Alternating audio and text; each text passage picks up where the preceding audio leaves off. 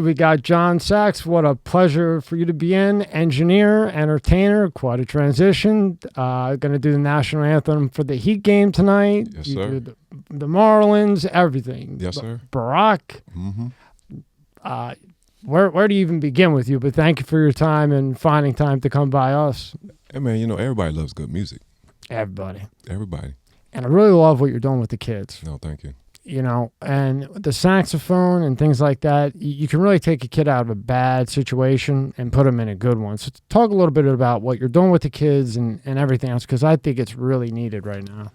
So I, first of all, thank you so much for inviting me here. It's just a blessing and an honor to be able to share my story with like-minded people and people that know how to have fun and spread conversational therapy around. My career started in Cincinnati, Ohio. That's where I'm from. Actually, everything started in career day in 4th grade.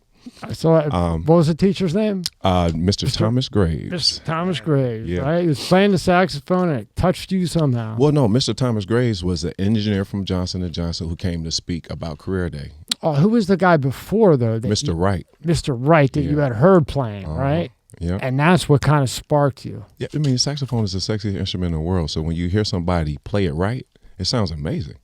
But do you think that, those who get into musician of some sort, they have an ear that others don't have? So say like I'm a podcaster. I don't have that ear maybe like you had, even at that early age. Well, no, you don't want to put hurdles in your way. It's not that you have that ear. It's your imagination has been triggered. Something has triggered your soul, and your soul is needing that release. And so as a musician, that's your tool. That's your technique. For some people, it's the voice.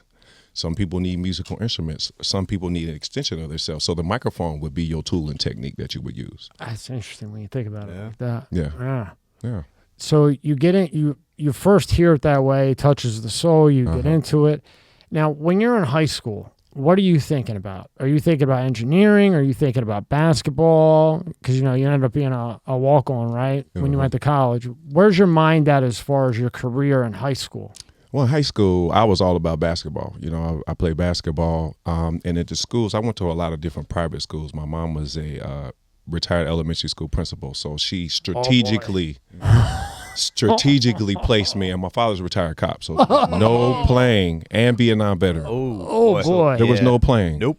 From Alabama, Mississippi, so my I had to go goodness. get my own switch. What was a day in the life like that? Yeah. You Oh, woke man. up. I want to hear that. Yeah, let me tell me a day in the like that. Whoa. Whatever mom and dad said, and anytime you go against that, you're going to get whooped. You might have to go outside and get your own switch. By the way, there's a switch tree in the front yard, so you don't have a very short walk. Right. But they played no games. Born and raised in the church around my family. I lost my grandfather last year. He was 104. Wow, I'm sorry. I knew my great-grandfather and my grandfather, so it was always a family type of affair. Every holiday we were together. We always did Father's Day at my house. So, when you come to my house for Father's Day, my mom was thebomb.com in the kitchen. Hell yeah. So you already know what time it is. And not to cut you off real quick, but how much that family, that's, and by the way, thank you for the sunglasses. I mean, you're welcome. Yeah. It's my swag. I'm giving you swag. That's it. So what you just said, discipline, you had discipline in your household and family around. And God. And God. That's what's missing, right? That's why we have the issues we have now with the youth. Is that true, you think? Well, 100%. With anything, anytime you're going to go a certain way, everybody needs a coach, a parent, a teacher, an advisor. And if you don't have that through your parents, then you need to get that through school, which is a teacher, a counselor. Everybody needs guidance. Nobody was you didn't just born into this world and just started walking. Somebody had to teach you how to walk. Somebody had to teach you how to talk. Right. When you're first born, the first thing that you know is your mother's breast milk, and that is the lifeline for your life. And then after 1-2 years old, then we start training your palate on what you're going to eat for future. Right. Everything is training. So it's really the guidance. It's always the guidance. The guidance. Just somebody guiding you along the way. Well, life is a project to be managed. How about that? That's a great way How to about put it. that? Life is a project to be managed. Now, your grandfather, he was 104? He died at 104 years old. What was his diet like? Just out of curiosity. God and oatmeal. God and oatmeal. He ate oatmeal every day. Every day. And fresh food? Fresh food. Not Remember, processed? he's a farmer. So Yeah, farmer. everything, I didn't know what it meant to go to the grocery store till I went to college. Everything was in the backyard. He had a farm, and we just go down there and farm. That's probably why you don't have a wrinkle in your face. Oh, that's castor oil. I don't know what the hell it is. But you don't got a line. And I'm just thinking that's all that damn fresh food you were eating growing up. And he's 114. Know that boy's eating right. Yeah, but he lived a good life. He told me, I asked him at 100 years old, I said, Grandpa, is there anything you wanted to do that you've never done? He said, I've done everything in life that God wanted me to do. I'm just waiting for him to call me home. Mm-hmm. And actually, on his 100th birthday, his bucket list item, believe it or not, was to celebrate his birthday on Easter. He waited 100 years to turn up. Can you believe that? 100 years. 100 years to turn up. Yeah, everybody's got a little bit of something different in their bucket list, 100%, right? 100%. So now you get out of college, and you're probably one of the only person I've talked to that said that they've learned that they've used what they learned in college consistently. Mm-hmm. So you're in there in engineering. Mm-hmm. Now, as you're there, what do you learn in engineering? Because there's 90,000 things that could be engineering. Yeah, you learn how to solve problems. That's the basis of it. Learn how to solve problems. And then it's a matter of where they put you in that. I put it like this. You remember when Tetris first came out, and as the pieces are coming down, it's not that the pieces were difficult to flip. It's just you had to get those reps in to put them in the right way, and then eventually you started progressing, right? But that's what engineering is. When you go to college, any college, they give you a syllabus. It's a 5-year, 4-year syllabus. These are the things you have to know in order to get this degree, in order to become an engineer, point blank, period. And the key thing that they don't tell you is office hours on each one of those syllabus that the teachers give you is the key ingredient to being successful. All right. Everything in life comes with directions. You get a can, you get any food from Costco, it has what? Directions.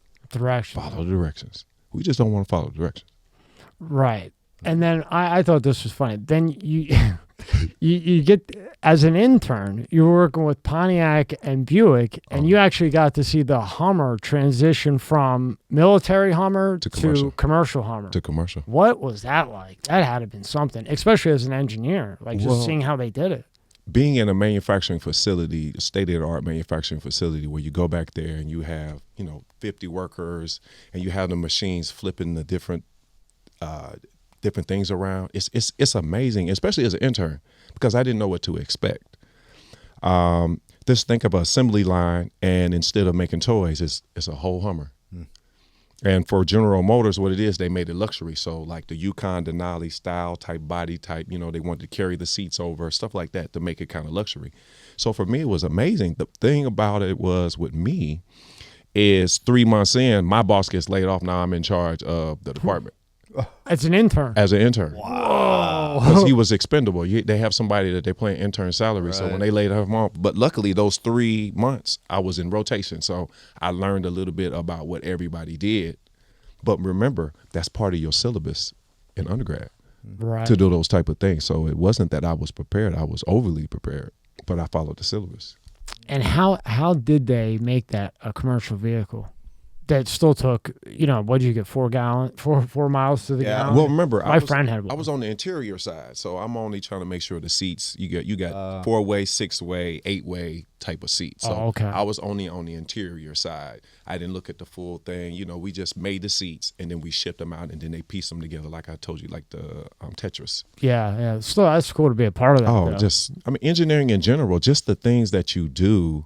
Like my senior design project was an active noise control smart window, which is basically a polymer that you put on a window, which causes you to have that low noise inside the car. But there are some noises that you need to hear, like ambulance, police, certain things like that. But we're going to cancel out that unwanted road noise so you can have that emotional experience while you're driving.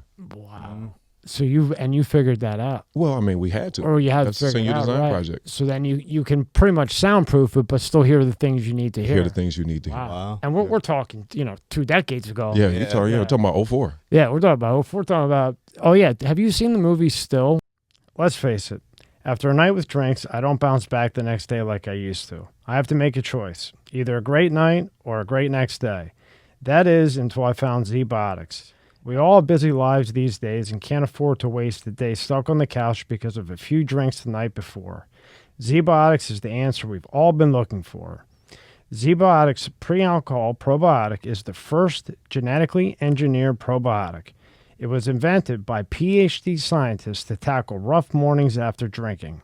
Here's how it works. When you drink, alcohol gets converted into a toxic byproduct in the gut. It's this byproduct, not dehydration, that's to blame for your rough next day. ZBiotics produces an enzyme to break this byproduct down. It's designed to work like your liver, but in your gut, where you need it most. Just remember to drink ZBiotics before drinking alcohol, drink responsibly, and get a good night's sleep to feel your best tomorrow. Order ZBiotics now for your summertime barbecue, weddings, vacations, you name it. Go to zbiotics.com/MSCSmedia or scan the QR code on the screen right now to get 15% off your first order when you use MSCS Media checkout. You can also sign up for a subscription using my code, so you can stay prepared no matter the time or occasion.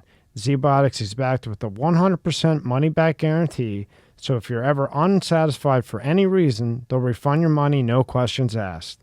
Remember, head to zbiotics.com/MSCSmedia. Use the code MSCSmedia at checkout for 15% off. Thank you, ZBiotics, for sponsoring this episode. This episode is brought to you by Let's Get Checked. Are you the man your father was? Recent studies have shown that men's testosterone levels have dropped substantially since the 1980s at about an average of 1% per year. Think about how old your father was when he was born. For example, if he was 30, your testosterone levels could be 30% lower than his. Low testosterone levels can have all type of health effects on men. It can affect your mood, sex drive, memory, muscle mass loss, you name it. And yes, low testosterone is more common the older you get, but it can affect men at any age. So let's talk about today's sponsor, Let's Get Checked. You can order a testing kit that will be delivered to you in a discreet packaging with next-day delivery. Once your sample arrives in the laboratory, confidential results will be available from your secure online account within 2 to 5 days. So, if you want to test your hormone levels without having to leave your home, visit trylgc.com/MSCSmedia and get 25% off your test using the code MSCSmedia. The link is in the description at the top. With Michael J. Fox. I haven't seen Steve. Oh, great. Really? You got to see that. Okay. Through his Because I'm a I think movie that buff. would touch you. Okay. He, Parkinson's, right? Parkinson's. Yeah, he started with Parkinson's back in Back to the Future 1 or 2. It was Back He to the hit Future it. 1. First one. So he was doing Cheers Yep. and Back to the Future with Parkinson's. So doing Cheers, getting in a car, going to Back to the Future. He hid that as long as he could to the point where, his arm kept going. Yeah. And now, man, he's fighting. I mean, fighting. You really got to hear it. Watch that. Well, that just goes to show you when somebody's designed for a specific purpose, no matter what, they're going to do that. Chadwick Boseman is another one. Another one. Black Panther. Same thing. Going through that with stage 4 prostate cancer. I mean, Crazy. Can you imagine that? I can. He had prostate cancer. He had Parkinson's trying to hold it. No one knew. He had a bag. Yeah. And no one knew. No one knew. I'm rolling around like nothing's wrong and probably going back home going, Yeah. I made it. Yeah. And Michael J. Fox, he was taking a pill that it would take like 20 minutes, half an hour to hit that stopped it. Mm-hmm. So he had it down where he would take, 30, 40 of these pills before Cheers, before Back to the Future, before movies, before, they were going to do a take. He had it timed perfectly so that he wouldn't shake. Yeah. And it makes you think, like, you're playing the sax, you're going to do the Heat tonight, I'm here with you, an honor to be with you. Can you imagine one day you wake up and now, like, this is moving and it's just a matter of time, or, you got a prostate issue and... Like my grandfather says, you have to live life one heartbeat at a time. Yep. Probably one. Not every heartbeat is promised. The most amazing thing God did for us today was wake us up. That's it. Everything else is a party with a purpose on purpose. Right. Those elders You know, woke up. man. You woke up. That's enough said. Let's party. Shots everywhere. Yeah. Shots ever, tequila specifically, if I remember correctly. Tequila specifically, and if I want to drink it and have a good time, if I was to describe myself in a drink, I would be a tequila old fashioned. Oh. What did Jay bring? Jay brought for his birthday. Jay was on here for his birthday. He brought a cooler. Do you know Jay Savino? Yeah. Yeah, of course. That's who. Well, So they brought a cooler of tequila, but I'm not a tequila guy. I hate tequila. Really? It just the hairs stand up on my arm. The tequila he brought, smooth. It didn't have that. Tequila has that bite sometimes. I got to ask Jay what it was. The box is Not- back there. but It's a is it? special one. Was it Repo? Was it? It was a Bronco? gray box. Gray box. Yeah, I don't remember the Okay, name. all right. It's going to drive me nuts. I'll get up. A At some- Yeah, that was all right. tequila old-fashioned? Tequila old fashioned. Really? Oh yeah, old fashioned just with tequila, Really? with extra shot of simple, some I've muddled never had cherries. that. Oh yeah, it'll change your life, just like Jon Saxx will. There you go. You got a tip. Let's go. Right? Let's go. Yeah, I mean, why not? Why not? And this is funny too. And then you went to the Society of Black Engineers conference, and you're like, hey, I can engineer, and Johnson & Johnson's involved, and they go, well, you're like, I haven't worked with medical, but I'm an engineer, and they go, you're an engineer, good enough. Exactly. I mean, but you know, because I hadn't thought about medical devices, I only thought about automotive because that's what I did my internship in. Mm-hmm. So it's funny enough, when he asked me, he said, you're an engineer, right? You know how to solve problems, right? Life is a project to be managed, right? Well, it doesn't matter. Tools and techniques are tools and techniques. What you apply them to, a little different. So I was like, okay. He sold me.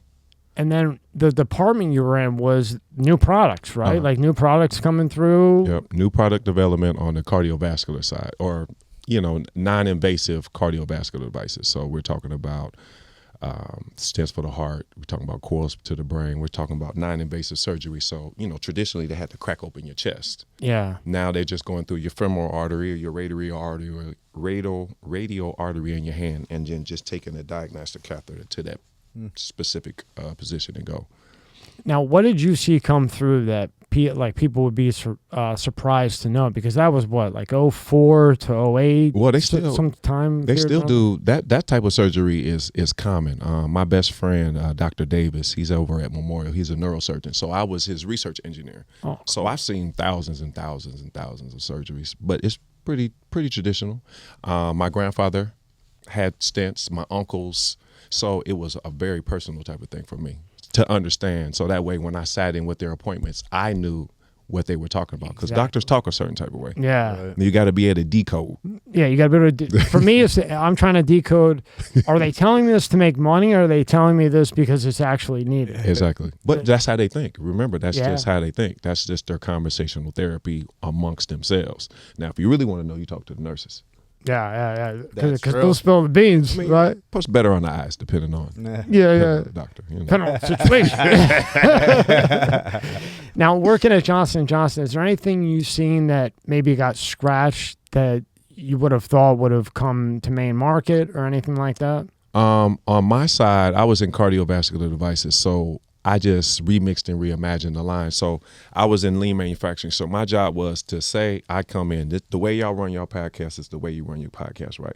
So I would do some time studies and watch you so I could tell you how to be more efficient with your tools and techniques, how to get a wider range, try to, just knock out the non-value added steps and just make everything value added. It's just like going to Subway. You want specific things on your sandwich, right? Well, I make sure that those specific things are there when you need them, how you need them. I make sure that the directions are laid out perfectly, and we mistake-proof the process so you can't make a mistake. And while you were there, you corrected a lot of losses. Give us one of the things that you had seen, because, like you said, you go in the Subway, they hire you, they say, hey, Exactly. Mr. Saxx, we need you in here. How can we make this more efficient, engineering, more productivity, and more net income? Okay. So now you're doing your thing. What do you see? Well, for me, remember, I have to understand your process before I can make any changes. So what I'm trying to get from management is, how is it currently running? Are we following? Do you know how it's running? Current state. What are the manufacturing work instructions telling you? And once you tell me that, give me that background information, then I go in and do my own research. Like, I'll just film everything and then go up and analyze it all, because I need to know that what you're telling me is correct. Trust but verify. Very good, right? Fact check. But if I don't know what's going on, or just say it like this: back in the day when you were in school and you had a book report, if you didn't read the book, you really wasn't very valuable in the conversation. Right. So when you read the book, now you understand the book. Now, come to find out, the person that told you to read that book is the author of the book. So you just didn't know. Like, all our professors in college wrote those books, but they don't tell you till halfway through. So I've been arguing with you, realizing, but that's how it is. And so the flip of that was halfway through. So then he said, "What would you do better in teaching this class so that I can add it to the next semester of students, so we can keep all with that class before can always keep you on your toes. That's awesome. That is cool. That's how it should be. But you have to know the base case information first before you can go in and change it. Right, the foundation. It's just like meeting a girl for the first time. If you don't know about her, you don't know if she's crazy or not, you don't know, you got to get to know her. No. So with anything, any process, any goal, any dream, you got to figure out what that is that you want to do. What is your why? What's your inspiration behind it? So we were both good with the engineering, just not good with the girls in the beginning. we just didn't we didn't apply till later. Now at this time, where is Jon Saxx? Because right now you're at J&J. Johnny Saxx is about to come out here soon. We know, but where's your head? Where's your head 2 years in? My head was never, being a professional musician was never. Not even then. No, because I grew up playing in church. So every Sunday or every Wednesday, I was already playing. So why did I need to be a musician? I was already doing it. So that wasn't even a thought then. I followed my pastor around. If he went to a church, we needed some people to join the church. They'd be like, John, go ahead and do what you need to do so we can bring these souls to the Lord. So it wasn't until Johnson & Johnson laid me off. And because I played the saxophone, I said, well, let me try to see what can happen if I go out there and try to do this full time. Now, mind you, I was a party promoter, so I knew people at the club. Sure, I had knew that the parties. going for you. Yeah, so now it's just a matter of asking them, hey, do you mind if I play? And my first client was the Miami Heat. Wow. Playing the national anthem. That's a good first client. No. Now for everyone watching, they're going to say, how in the world did you get Miami Heat as your first client? Was it persistence? Was it 1,000 calls? Who did you know? I would rather not say. No, his name is Rob Height. He went to University of Miami, lefty, and we went to high school together. So he was here. So he said, hey, man, they're auditioning for the national anthem for the Miami Heat. Would you like to audition? I said, sure. Went up to the office, auditioned. 3 days later, I played the national anthem with the Heat. Just like that. Now, I would imagine that when your first gig coming out of laid off of Johnson & Johnson, you're playing with Miami Heat, I would imagine you start to say, I think I have something here. Not really. No? Remember, it's all about relationships. Yeah. Just like I got here because of relationships. Mm-hmm. So sometimes somebody can open that door for you to walk through, and it's not a thought. It's just that's what it's supposed to be about. That's what a relationship is supposed to be about. They can just give you that opportunity. It's up to you. When you stay ready, you don't have to get ready. It's up to me to close the deal. Right. Man, That's it. You're quick. Just keep it simple. I like it. You're good, man. You got to do a book of just quotes. You got to do a book of quotes, just short quotes. So now take us through that first time. Something tells me you were confident as could be. Oh no. No? I still get nervous playing now. That butterfly and that feeling that's That's called a your good thing, gift. though. That's a good thing. That's a good thing. That's called that gift. You never want to get content. Well, I mean, sometimes that gift is so powerful it doesn't allow you to get content. And then when you do, it's not fun anymore. Yeah. If you get content, it's not fun anymore. And you're done with it. Yeah, and you're pretty much done with it. Or you need to figure out how to remix and reimagine your why. Remix and reimagine your why. Now they're going. I got plenty of them now. You got to do a Quick book on wisdom. this. Quick wisdom. Yeah, it is quick. You got to do. I'm telling you got to do a little book, like a short book on that. I got one more for you. When you change the way you look at things, the things you look at change. I got one for you. I'm gonna jabber this up for sure. Comparison is the root. It's like when you compare yourself to somebody else, it's the root of failure because I'm saying it wrong, of course. No. How do I say that right? It's when if I compare myself to you, that is the root of failure because you're a saxophone player. I'm sitting here on a microphone. I enjoy listening to it, but it's not what, I'm not good at. It's not my thing. Exactly. But if I compare myself to you and I go, I'm going to be a sax guy, but that's not my thing, that's the root of failure because it's just not my lane. Well, So or if you compare a relationship to another relationship, well, my relationship with my girl is completely different than somebody else's. I fucked up that quote.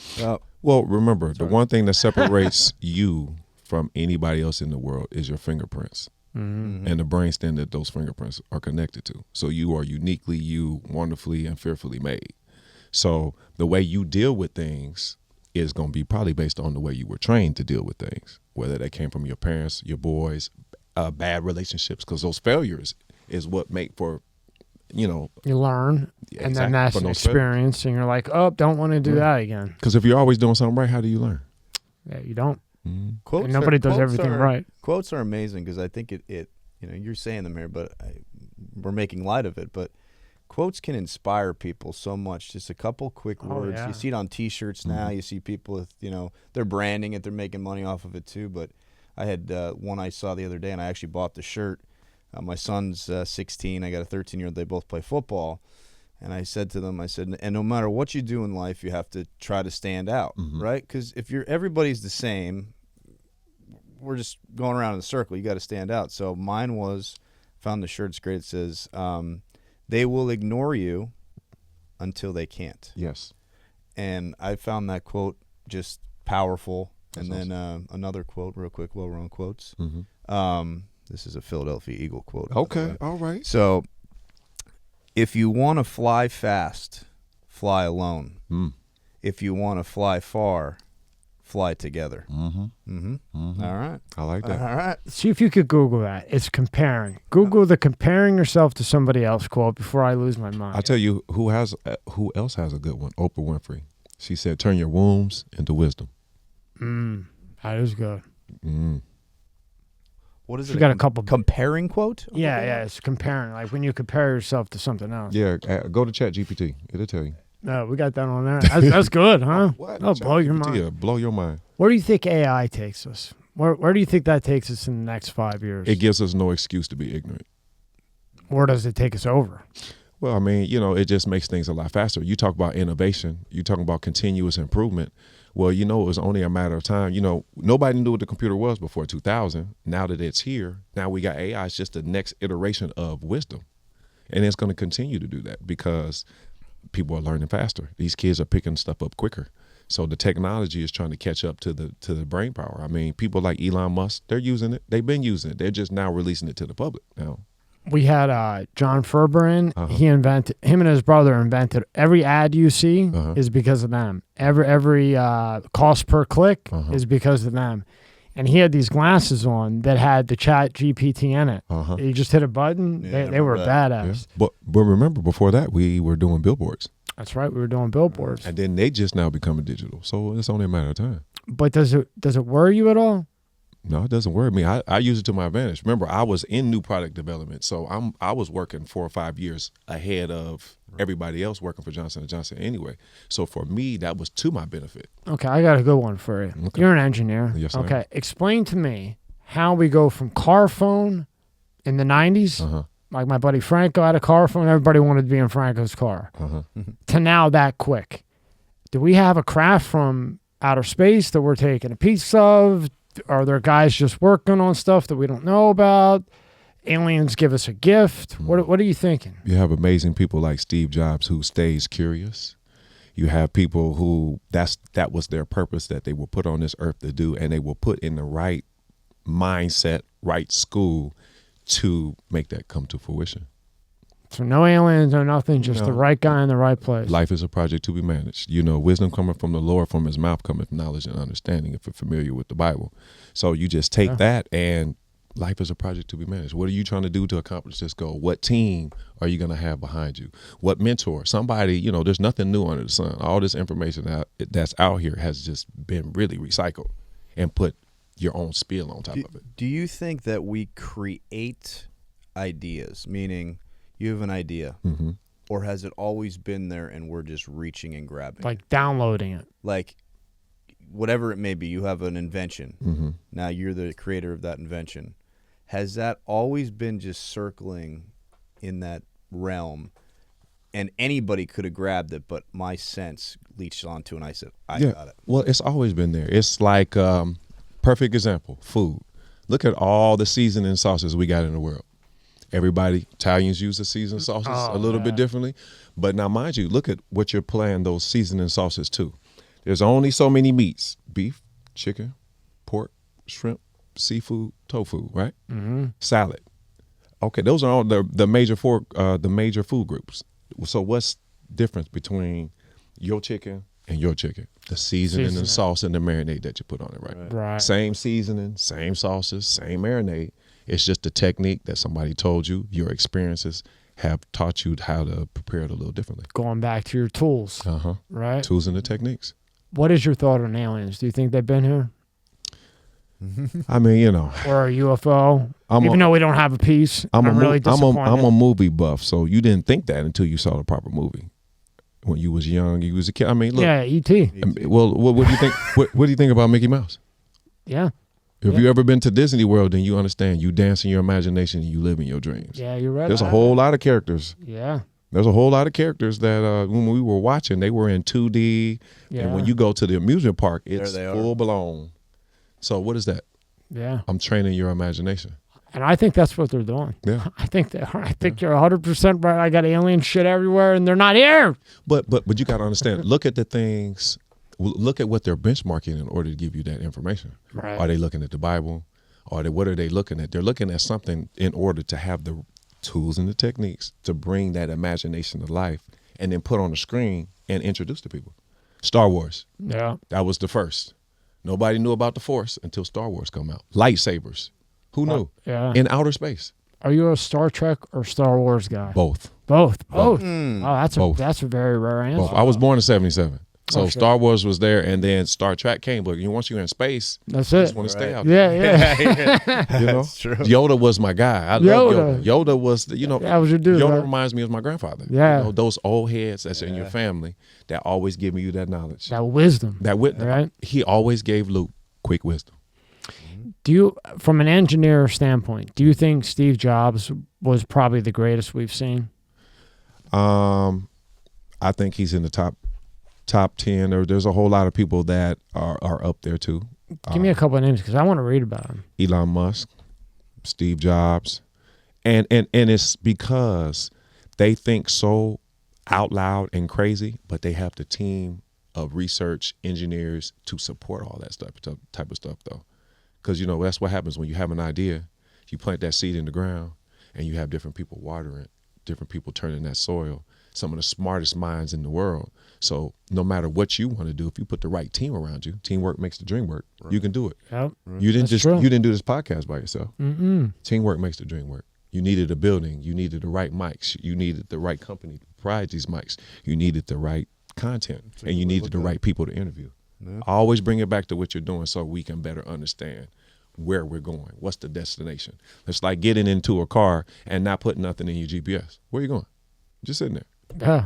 All right. You got to put the tools in. Got to know where you're going. What you just said there, man. That's what's. But this is the stuff that's missing in society today. I mean, kids. I always go back to the kids because I have kids and we coach kids. Like, you're on a football team, right? You got 11 players.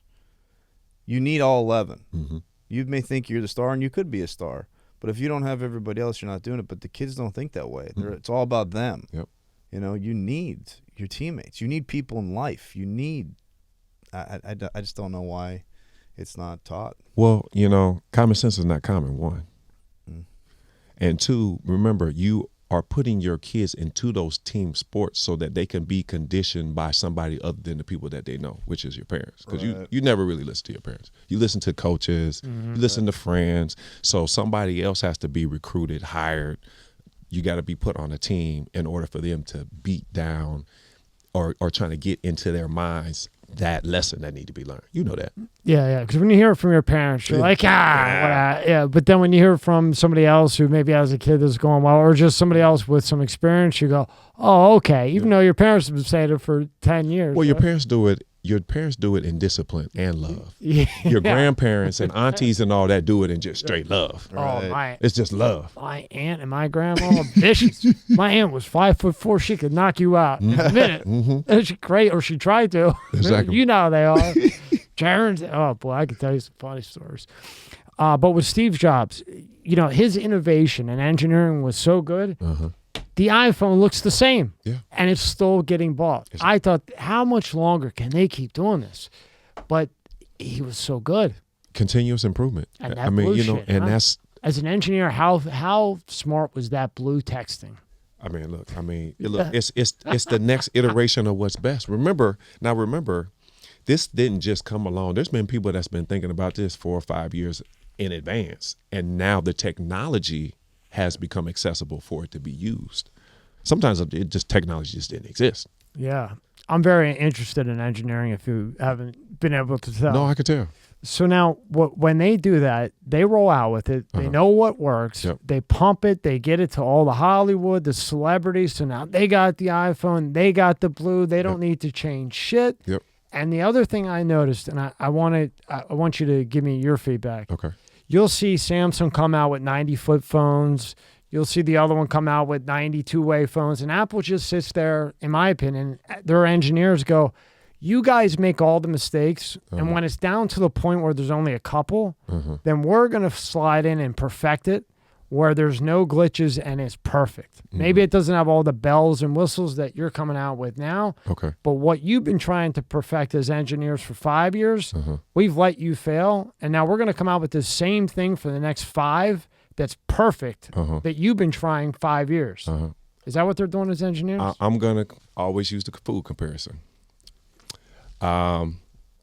Chick-fil-A, best chicken sandwich in the world. Yes, it is.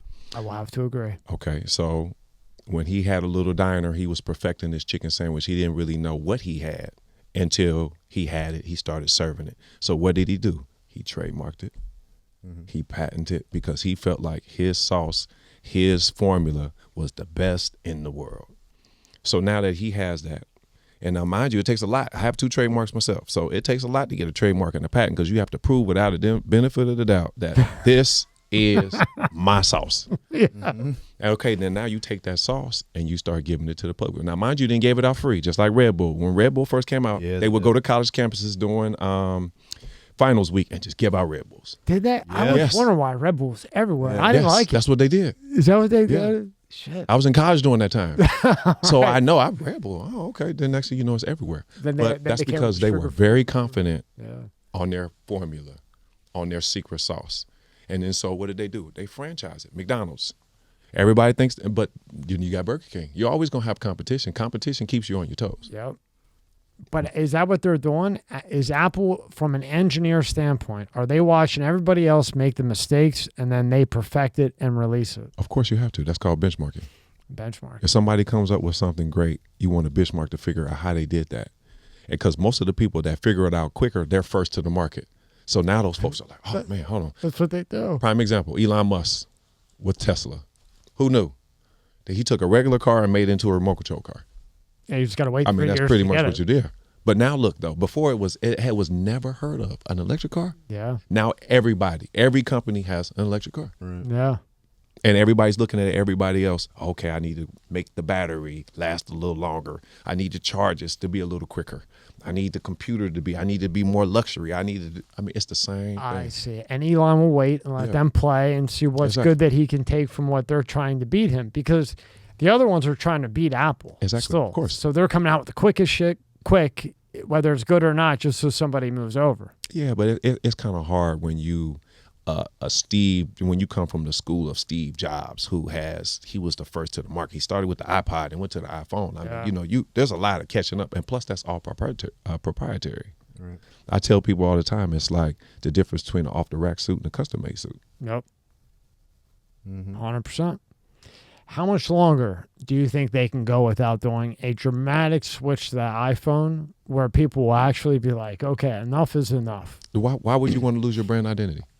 Sunglasses been sunglasses for years. The only difference is we putting different things on them like Jon Saxx did. Because they have a phone available that you could put right like this and you could text like this. That's available. Of course. The digital camera, remember Miklos, this is interesting. He had gotten an astronaut, the first person who went to space, had marked down 55 spots or something where he thought shipwrecks would be. Exactly. Then he went with intelligence. And within that, then they went to find these shipwrecks, which they found 37 that he pinpointed from outer space. And a couple things that Gordon Cooper, who was on that ship, had told him that the digital camera was available in 1962. He then went to Kodak, and it really was. So that just goes to show you how advanced they really are as engineers, and that they're pacing the release. Well, remember, it all depends on the level that you're at. I mean, remember, a lot of those data points that they got from space is because you have the ISS that's in outer space, Correct. International Space Station. So you got people monitoring space every at damn all thing. times. So it just all depends on your technology. Now remember, Everybody's familiar with WD-40, right? Well, that was only used by NASA.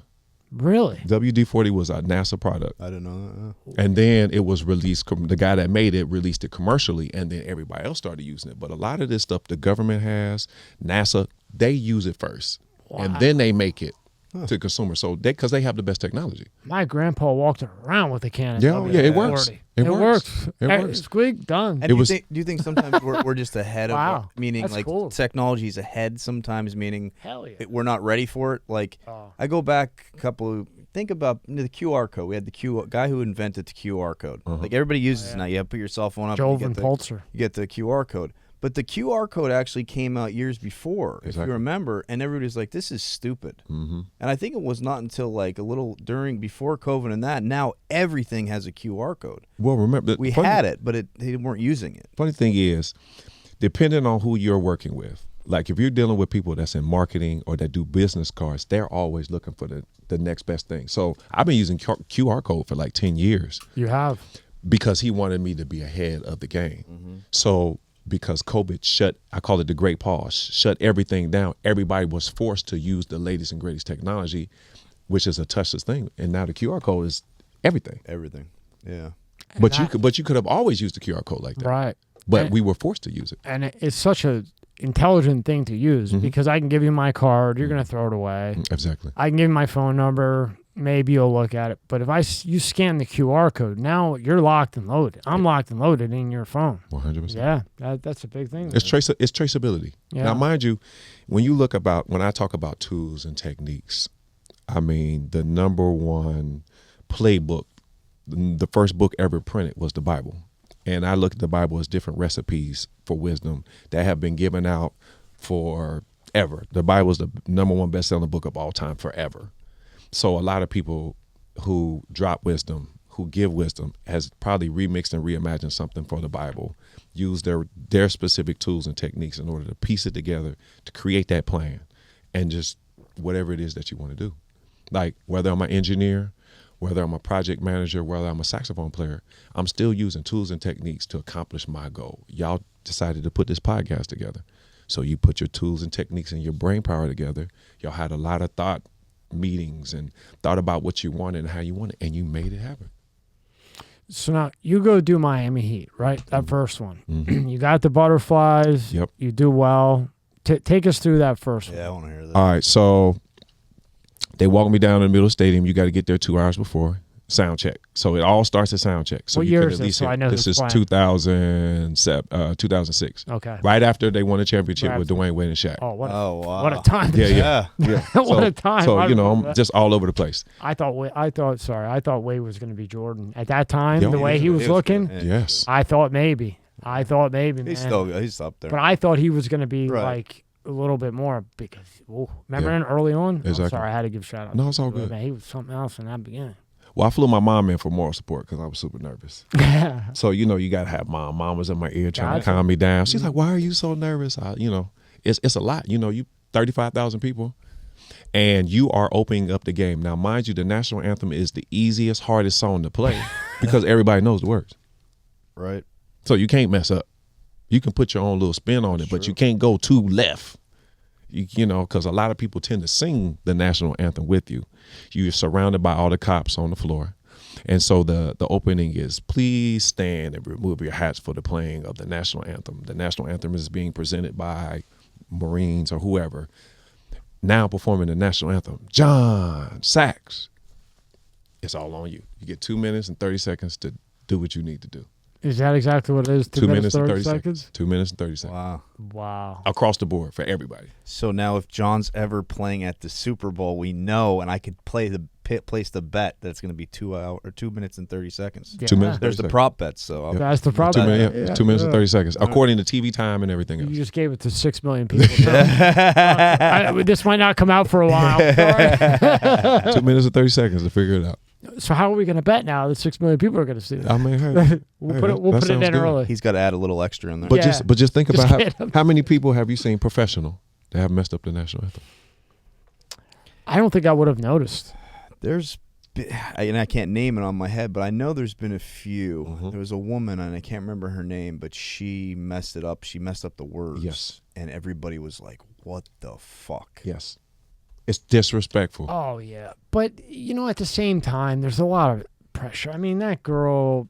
I mean, do you really? That's. I know. But, I know. You got to know it. Hey, you're right. Put the tools together. Look how many people. You're right. I mean, look what it takes to, first of all, to audition and get chosen. You're right. Now, we're gonna put you to the test. You're right. I mean, there's no excuse. Yeah, you got to be ready. You got your shot. You got to be ready. I mean, this is what you sought out to do. Yeah. You chose to sing. You chose this. You chose to play the saxophone. You chose to do a podcast. So why not be the best? That's right. So now you're out there. You got your 2 minute, 30 seconds. Take us through it all. The beginning, during, end, and after. Anytime I hear Jon Saxx, I black out because I don't have time to pay attention. That's just too much to pay attention. You got the horse. So I'm straight focused. Yep. And I just play from my heart. I play from my soul. Because remember, the gift is coming through me. I'm just a vessel through the saxophone. So you play, and I always hold the last note for at least a minute just to kind of get everybody into it. And then people start cheering, and then they'll stop. And I hold the note until they come back in. I'll be like, no, I want to hear it a little longer. And then they'll come back in, and then right after that, they introduce the Miami Heat. I've opened up the game. I've set the tone, sexy, and then time to play some basketball. That's the most amazing time, too. Think about it. You're at like the World Series. You're at the Super Bowl. Yep. It's like, here we go. The energy is crazy. Yep. Popping the shot. Let's go. So All American. right. Game So time. American, Players man. are getting the chalk that they don't need and So going American. up. So I'm nervous talking about it. Yeah. And it's still like the first time every time I'm given the opportunity to play. That's so awesome. It still feels the same. I get the same butterflies. I get the same. But when it's time to hit that first note, it's on. And it's so cool that you've done all this and you're such a genuine guy. You're just a down to earth guy. You just hang out with, joke with. Yeah. None of this went to your head. It's really cool, man. Well, being an engineer, I mean, it's like being a cocky doctor. I mean, really? I mean, he can save your life, but I mean, he's like, yeah, if you fall out right now, I got you. Yeah. So I've just never really lost that. I mean, my study sessions was over beer pong and flip cup. I mean, yeah. I mean, are you serious? Yeah, you're just you. Yeah, I'm just me. I went to Miami of Ohio, Ivy League school in Oxford, Ohio. So getting an engineering degree ain't no joke. I mean, you got to really apply yourself. This is, so being an engineer, I'm very proud of that. And it's funny, I get more recognition for being Jon Saxx than I did as an engineer. You know how long it took to perfect and get an engineering degree, how many hours of study? Yeah, I know. So it's kind of weird for me, but I'm glad that I've been recognized enough to have the success that I've had with the saxophone to kind of bring it back full circle that, it all started with engineering. Real quick, just I found it here. Famous person who messed up the national anthem. Do we know? It's a woman. Any guesses? I think Christina Aguilera was one of them. I'll go with John over there. I'm not gonna go. Roseanne. Oh no, Roseanne did, didn't she? The one I found on here is Christina Aguilera flubbed the national anthem. Now there's no excuse for her. And that voice is vicious, boy. Yeah, there's no excuse for her. Christina Aguilera. Now, Roseanne, you can give a break because she had a brain injury, real bad brain injury in a car accident. But Aguilera, that's what I'm saying. Now you got to. How do you think she messed it up? Do you think she's just so nervous? The emotions took over. Like, I know this. Bad night. Like before. she knows it, or maybe she was. What do you think? It's just those nerves. Nerves, it's when you have it, what you want in your mind, out. and something comes into it. Mm-hmm. It's live, and you ain't really nothing you can do. Mm-hmm. Just roll with the punch. It's hard to say some different words that they ain't supposed to be there. right. Yeah. And remember, it's the easiest, hardest song, so everybody knows the words. Mm-hmm. Now, how much did your mentor, mentee, how? I don't want to mess up his name. Asama. Oh, Dr. Samuel. Yeah. Like you have said many times or read many things that you had put how important a mentor is. What did a mentor do for you? Dr. Atuni is the one, when you come in freshman orientation, he introduces you to the engineering tools, what to expect, how hard it's going to be. He's the one that says, look up, look down, look up. Let's see, look to the right, look to your left, look up, look down. Some of you, once you read this syllabus, will not be here tomorrow. Just the way it's laid out. And then the next homework assignment is 100 problems due by 5 o'clock today. And a lot of people's like, no, I'm not doing this. But he was the one who, he's going to introduce you to it. And if you get past that, he's going to walk you through it. And if you get past that, then at the end, he's going to give you a handshake. He's going to give you this, I call it a swag box, which is tools and techniques for any engineer to be successful. And basically, it's a book full of numbers that you can call for any job that you can think of. Oh, wow. And he had a connection because he has a PhD from MIT. So, you know, he was just one of them guys who he had that, but you had to graduate in order to get that connection. And then through that, I would imagine that you took those engineering skills there and applied it to like when you went to the Miami Heat for the first time, right? You look down, all right, this is what I got to do, okay, and execute. Well, the execution comes into practice. Right. You know, or you got to practice in order to build up your faith. Once you build up that faith, you have trust in your skills and your tools and the techniques that you have, and then you learn to love it. It's fun now. It's fun. And then through the charity, you give it back to other people. You inspire. You give people those tools and techniques that you use. I want to help you not have to go down the same rabbit holes I did. I want you to cover that rabbit hole, to remove that hurdle, because I want you to be successful. Right. A lot of people don't want to see you be successful. Yeah. I want to see you successful. So I just want to remove all the hurdles and send you on the way. Or maybe you're somebody that's inspiring to be a musician. So let's take a trip to Sam Ash. Let's put something in your hand so that you can grab it, hold it, touch it, so now that you can express your soul. Musicians are people who are expressing their souls, and the tool and the techniques that they have is their voice, a guitar, a saxophone, a microphone. Full pause, tab 2. And within that, the hands-on, you always talk about hands-on. Mm-hmm. And when you were in college, because he was so hands-on with you, how big was that to where you are now? Because now I see what these professors do, these teachers do. It's just like, I got to be here today. Okay, kids, this is what you got to do. Blah, blah, blah, go. There's no wood shop anymore. There's no, what's the other thing they took out? Culinary school. They took everything out. Mm-hmm. So here you go. Do this. Make sure you have it done tomorrow. That's not hands-on. That's not helping anybody get anywhere. It's for you. You're an Italian family. So your grandmother, mom, makes that amazing pasta dish, whatever that case may be. Now, what do? Do you ask for the recipe, or do you have her show you how to make it? Sure. Because I guarantee that whatever she gives, she can give you the recipe, but there are some missing ingredients or some missing processes that she did not put on there. Yep. So, but when she shows you, then you realize she didn't add a little bit of this. She didn't put that on it. She added a little bit of this. She put it on the oven and then did something else in order to make it taste like that. So it's the same thing. I just bring it back to food because everybody can relate to that. Great job. Excellent. That is excellent. That is excellent. Now, I mean, look, everything that you've accomplished, I mean, bit by bit, I mean. Being a chef? Yeah. That's an engineer. They're an engineer. Of course. They just engineer seasonings and sauces to those 7 foods. There's only 7 foods. That's it. There's only 23 letters in the alphabet, but we have conversations. Yeah. I had an engineering firm. So I hired my head structural engineer was Jorge Na, who built Miami University down here. Wow.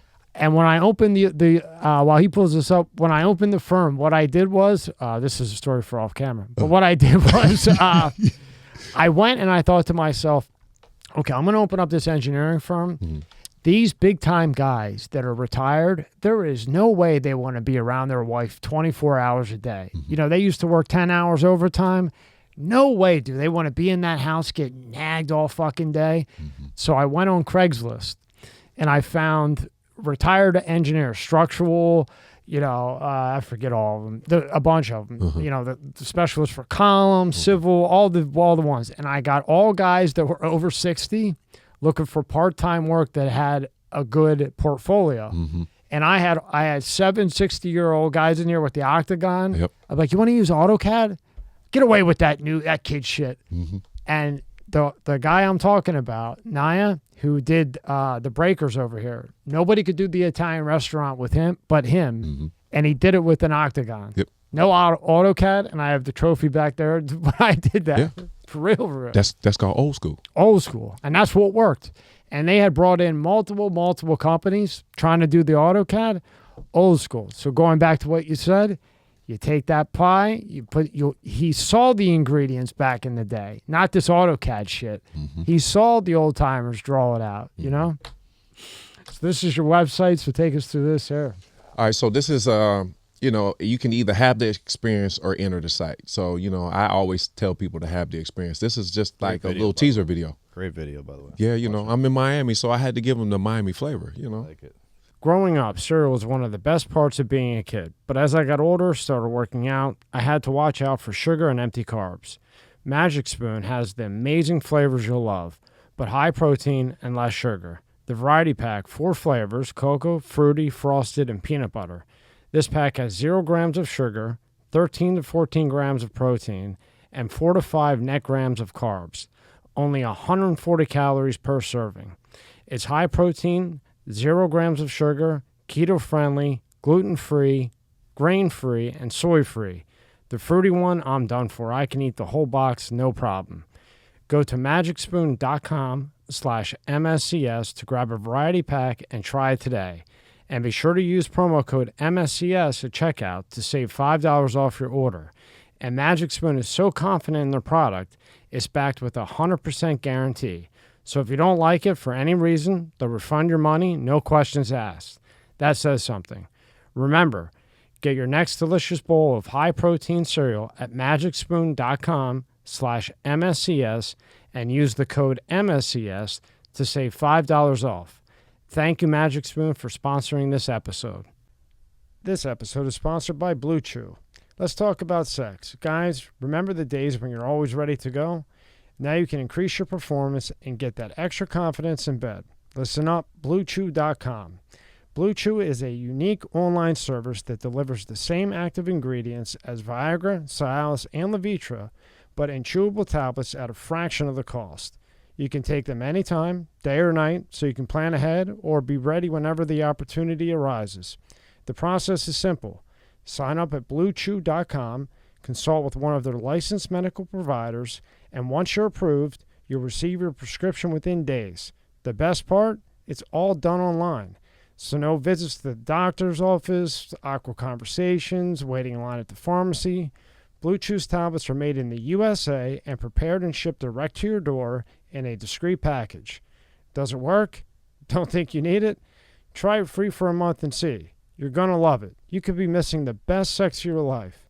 They say there's nothing sexier than confidence, and Blue Chew can help give you the confidence where it counts. Blue Chew wants to help you have better sex. Discover your options at BlueChew.com. Chew it and do it. And we've got a special deal for our listeners. Try Blue Chew free when you use the promo code MSCS at checkout. Just pay $5 shipping. That's BlueChew.com, promo code MSCS to receive your first month free. Visit BlueChew.com for more details and important safety information.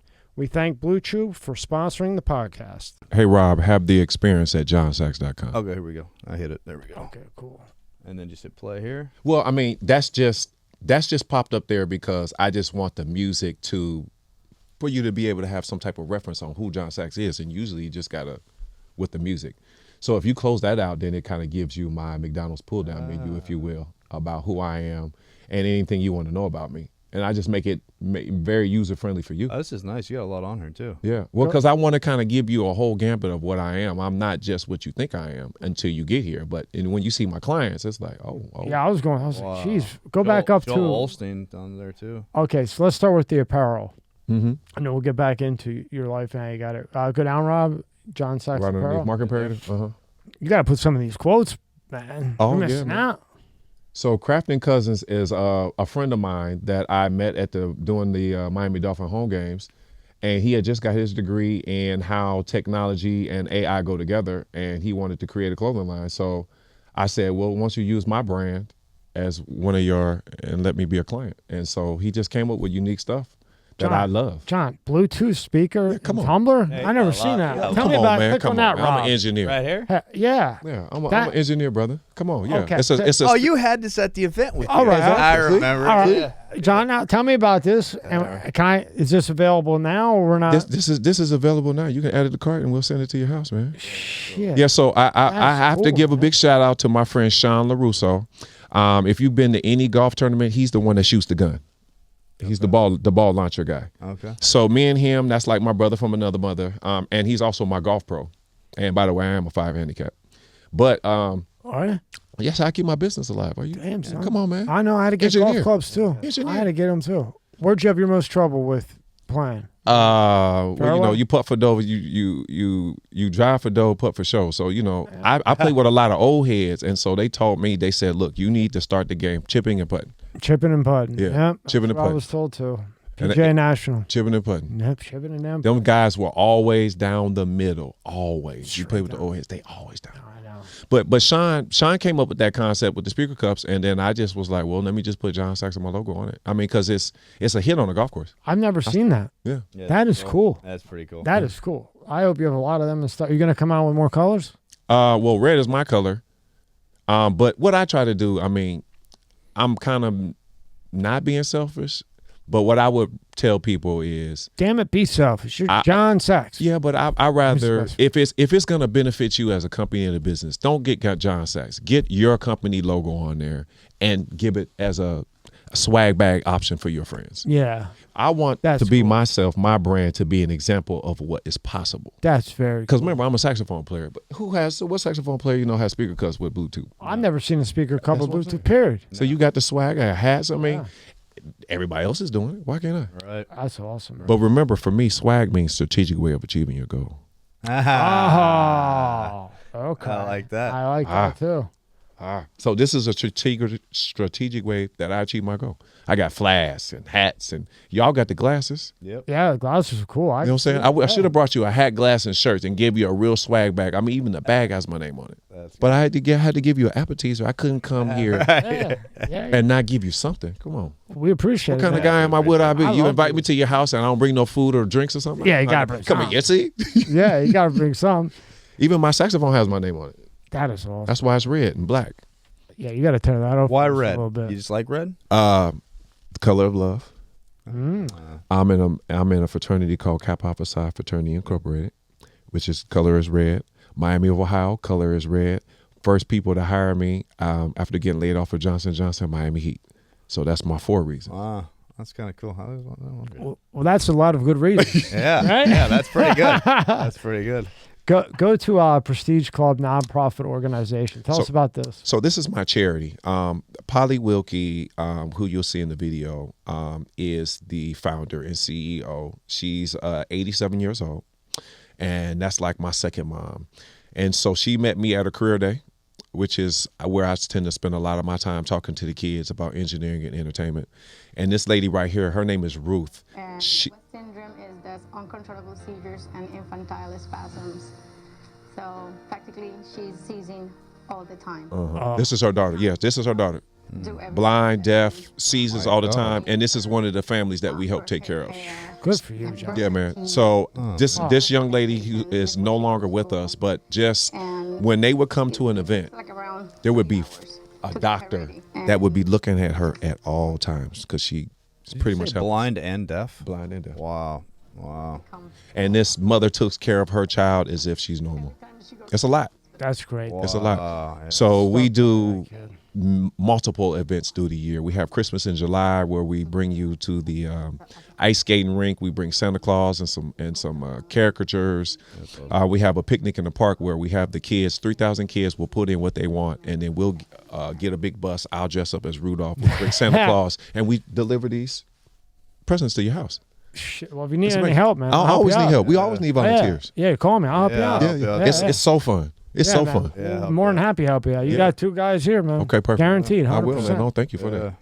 That's really But cool. that pretty much changed my life because when you dealing with somebody like Polly, and she wrote a book, she has a story, she's been raped, and she does a lot of women empowerment. So what happens is for any family whose daughter has been raped, they have a bed burning ceremony where they come in and get your bed, burn it, and then they bring you another one. So a lot of the stuff that the Prestige Club does is because she's gone through that, and she wished she had that help.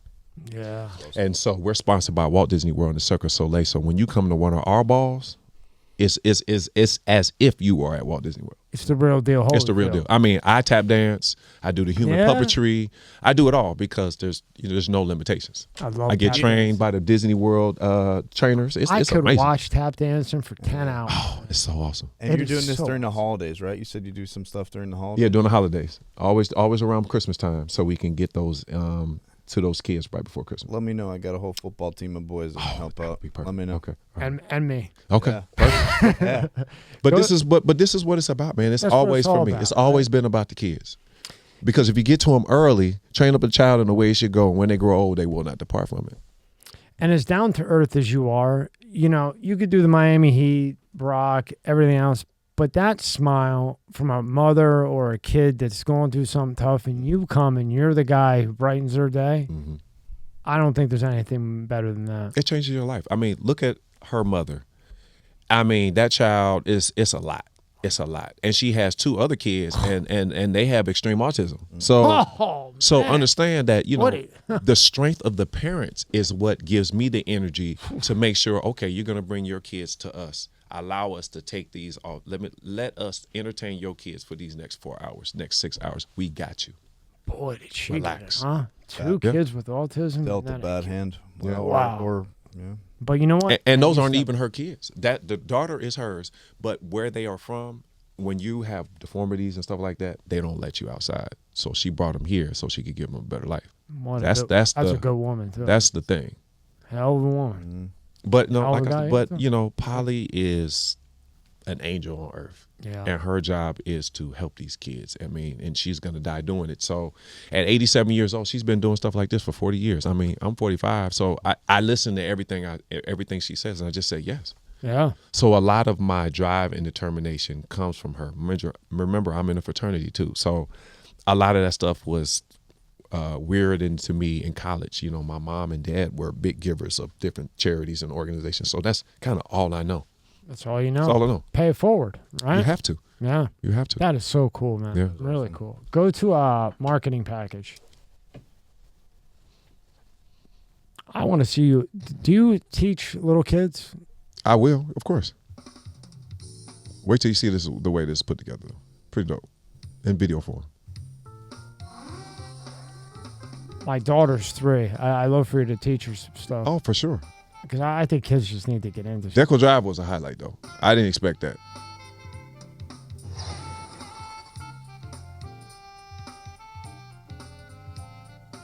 Kind of gives you like a snapshot so you can actually see it. Yeah, you can. I want you to kind of experience it. Yeah, yeah. Such a calming. Oh, man.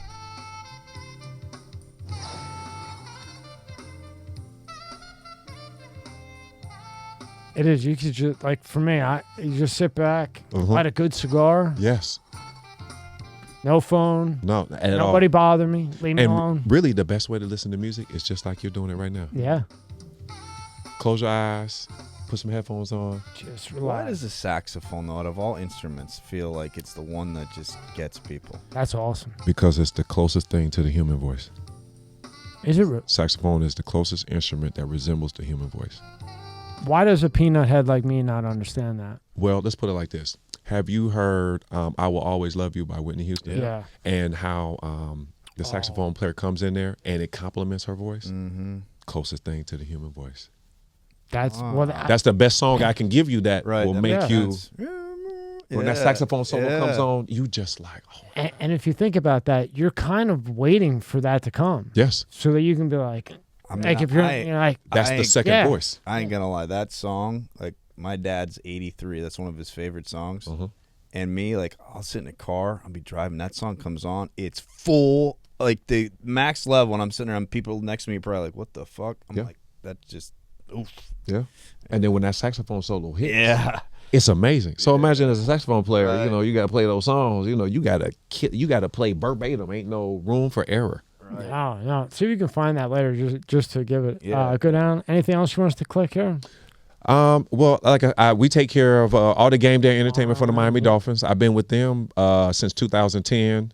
The Miami Marlins came. You do every one? I do every home game. Oh, on the club level. Congratulations. Yeah, they're on the club level. 246 for the owner suite. World Cup? Yeah, Pegasus. Oh, when boy, they first World came, Cup. boy. Oh, Pegasus that's was huge. What? Well, remember, I started out doing the Eclipse Awards, which is the award show. So that it's a whole weekend of stuff. Click on that one, the Pegasus. Oh, the Pegasus is amazing. The World Cup. You start traveling the country with the World Cup. No, this is Pegasus, Thoroughbred Association. I know, but I'm saying if you, as time goes on, you could borrow this to stack your money. Oh, yeah. Fucking World Cup, they probably pay. Holy shit. World Cup invitation. Making music a reality. Enjoying these amazing thoroughbred horses. The Jon Saxx experience begins. Good pick on the white. No, thank you. How about the money at the horse track? Oh, my goodness. Boy. Well, remember, Pegasus is 12 horses, $1 million per horse, winner takes all. I know. Yeah.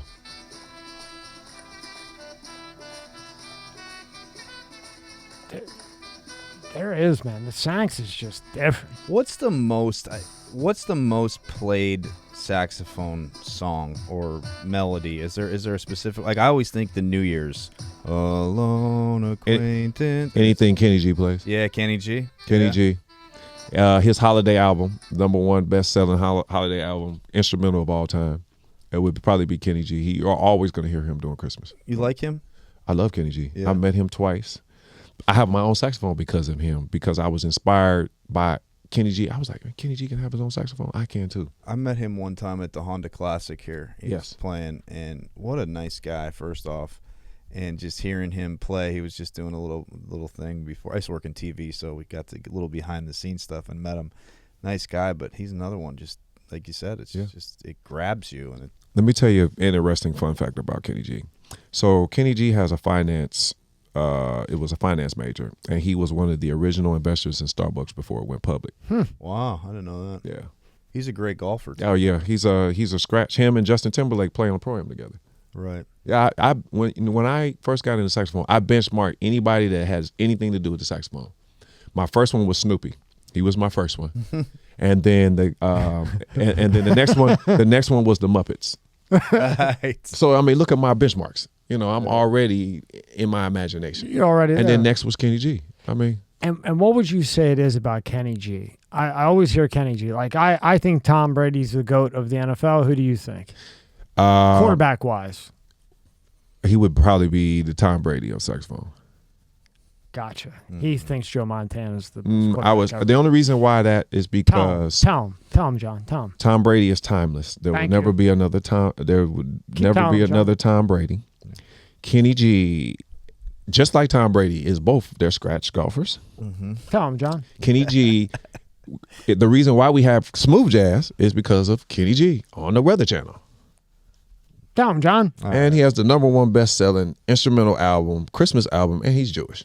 And Brady had a movie come out after him called Brady something after he retired with a bunch of women. And he has a song called Going Home that plays every day in China that closes out your workday. When you hear his song playing, it's time to go home. Is that true? They play it every day? Yeah, every day. It's called Going Home. Really? Yeah. He changed the game. Listen, I might get killed for this, but the more I hear about some of the things that China does, I think we need to take up. Like that saxophone at the end of every day, cutting the internet off if you're under 18 or something at 6:30 p.m. Those are some good qualities that we should probably adapt. By the way, some of the most disciplined children ever, some of the most smartest ever, because it's intentional. It's intentional. As a country, they want to make sure that their kids are the brightest of the bright of the bright. And those kids are running our country. Yep. So, I mean, yeah, we can take notes, but their discipline is very sharp, though. They don't play no games. They play zero games. And I know you know this. There's no littering going on over there. Oh, no. And on the subway, nobody's talking. They walk around with the sticks, not guns. They have those pole canes. Those cane poles. That they'll use if you throw that gum out of your mouth. Oh, I mean, what? Streets are perfectly clean, and the subway was the craziest. No one talks. Everybody respects each other. Really? Yeah. I've never been. No one says a word. I mean, this was 15 years ago, but no one says a word. I thought like I was going to get blown up or something. Wow. But I asked somebody. It's a respect thing. Like you go on the subway to listen to a book or whatever it may be, no one talks. Wow. There's no like, blah, blah, like. Well, the same with I think it's like sporting events. It's weird over there. It's like here people are yelling, screaming. they're silent, and then when there's a time for applause, they do their applause. 100%. Yeah, It's different. It's just a Respect. different culture. Yeah. Click on the motor car. A motor car cavalcade. Yeah. Yeah, that's at where is it? It's in Aventura on the golf course. This is probably this will be our 3rd year. It's just a classic car show that they wanted to bring. Warren Henry is one of the sponsors. He's a good friend of mine, so I go through Floyd, and they just put all these cars on the golf course. What's one of the most memorable events? Like something you're like, wow, that was so cool that I did that. Like maybe different even. It doesn't have to be like the Dolphins, but something like, wow. Oh, this is actually Lamborghini's grand opening when they bought the 2nd building. Yeah, ask them why they stopped making the Gallardo, because the Huracan does not compare to Did you the say Gallardo. one of the best shows? Gallardo. Just most memorable for you. What's one of the most memorable things you've done in your career here? Probably any of the balls that I did for the charity ball. I think the number one was, all right, so the first year that I took it over, I brought my cousin in. Her name is Megan Piper. She's one of the first African-American females on Sesame Street. Oh, she's cool. a puppeteer. Oh my God. So I started out in a bubble, in a human bubble, and then we had the Avatar dragons from Avatar come on stilts. It was, because Avatar is one of my favorite. So to turn up with the Avatar dragons was just, it was beyond me. The folks from Walt Disney World brought them down. It's the first time they had been seen, viewed. It was Blows amazing. your mind, right? It's amazing. Especially as an engineer. Yeah. And I'm the project manager, so I was in charge of curating the show and being in the show, which is a little hard sometimes. Did you, by the way, did you just say the first African-American puppeteer on Sesame First Street? female African-American puppeteer on Sesame Street. So I've watched Sesame Street. I think we all have watched Sesame Street. Uh-huh. You don't think about it. I know they're puppets. Yeah. Hard to do? Like, what goes behind that? That's crazy to me. Oh, ventriloquism? Oh, that's a whole nother art. If you pull up Megan Pfeiffer's. Megan Pfeiffer's. Yeah, she's done Apollo. She's done Oprah. She's like the real deal. That's my cousin. I did a show when I came up with my gospel album, and her dad asked me if she could open up for me. I said, sure. So then as she started to grow, I brought her down to the ball because I wanted to introduce South Florida to this amazing talent. I mean, she's amazing. And for the record, gospel, if you're into gospel or not, you can't tell if it's gospel or not. It's just chilling. Yeah. But you feel it differently. But you have to be, I think, in order to appreciate gospel music, you can be sitting at home, but when you're in church, you really can. But you know what I'm saying, John? Sometimes that's the way where you can get in. Oh, true. Yeah, like, okay, you like it? What's the meaning of it? Yeah. Right? You know what I'm saying? Mm-hmm. The show always has. Well, we're here sitting on the Super Wow. Yeah, I mean, she's a real deal. Good for her. Yeah. Awesome. of this. It's something you don't think about. That's cool. Yeah. How did she get involved with that? Actually, she sent a letter to a friend. It's like ventriloquists and puppeteers, they all kind of roll in the same circle. And she just wanted to make sure that she got her story heard. And she sent a letter to one of the ladies on Sesame Street. And Would help her find her passion. Wow. Aggressive, right? Yeah. Just aggressive. And Sorry, that was interesting to me. I was No, just that's like, really wow, interesting. that's yeah. And this is what it's about, man. Just making sure she could be seen. right. and she got with the vet. The weather guy. Al Roker. Al Roker, man. He's my guy from when I was a kid. I'd be like, where's Al Roker? But just think about how huge that is. That's We have an huge. African-American female puppeteer for the first time. Sesame Street. Right. With Al Roker. I think you're forgetting how he's That's how big it is. Yeah. And her father's a pastor. He has a huge church in Cincinnati, Ohio. So I mean, I know that family well. That's awesome. That is That cool. is cool. Good for her. So that's the type of stuff that I deal with when I see talented kids or somebody that. The way I was brought in was when I wanted to play, they just threw you on the stage and be like, all right, there goes your opportunity. So I play it forward and do the same thing. I want you to have fun.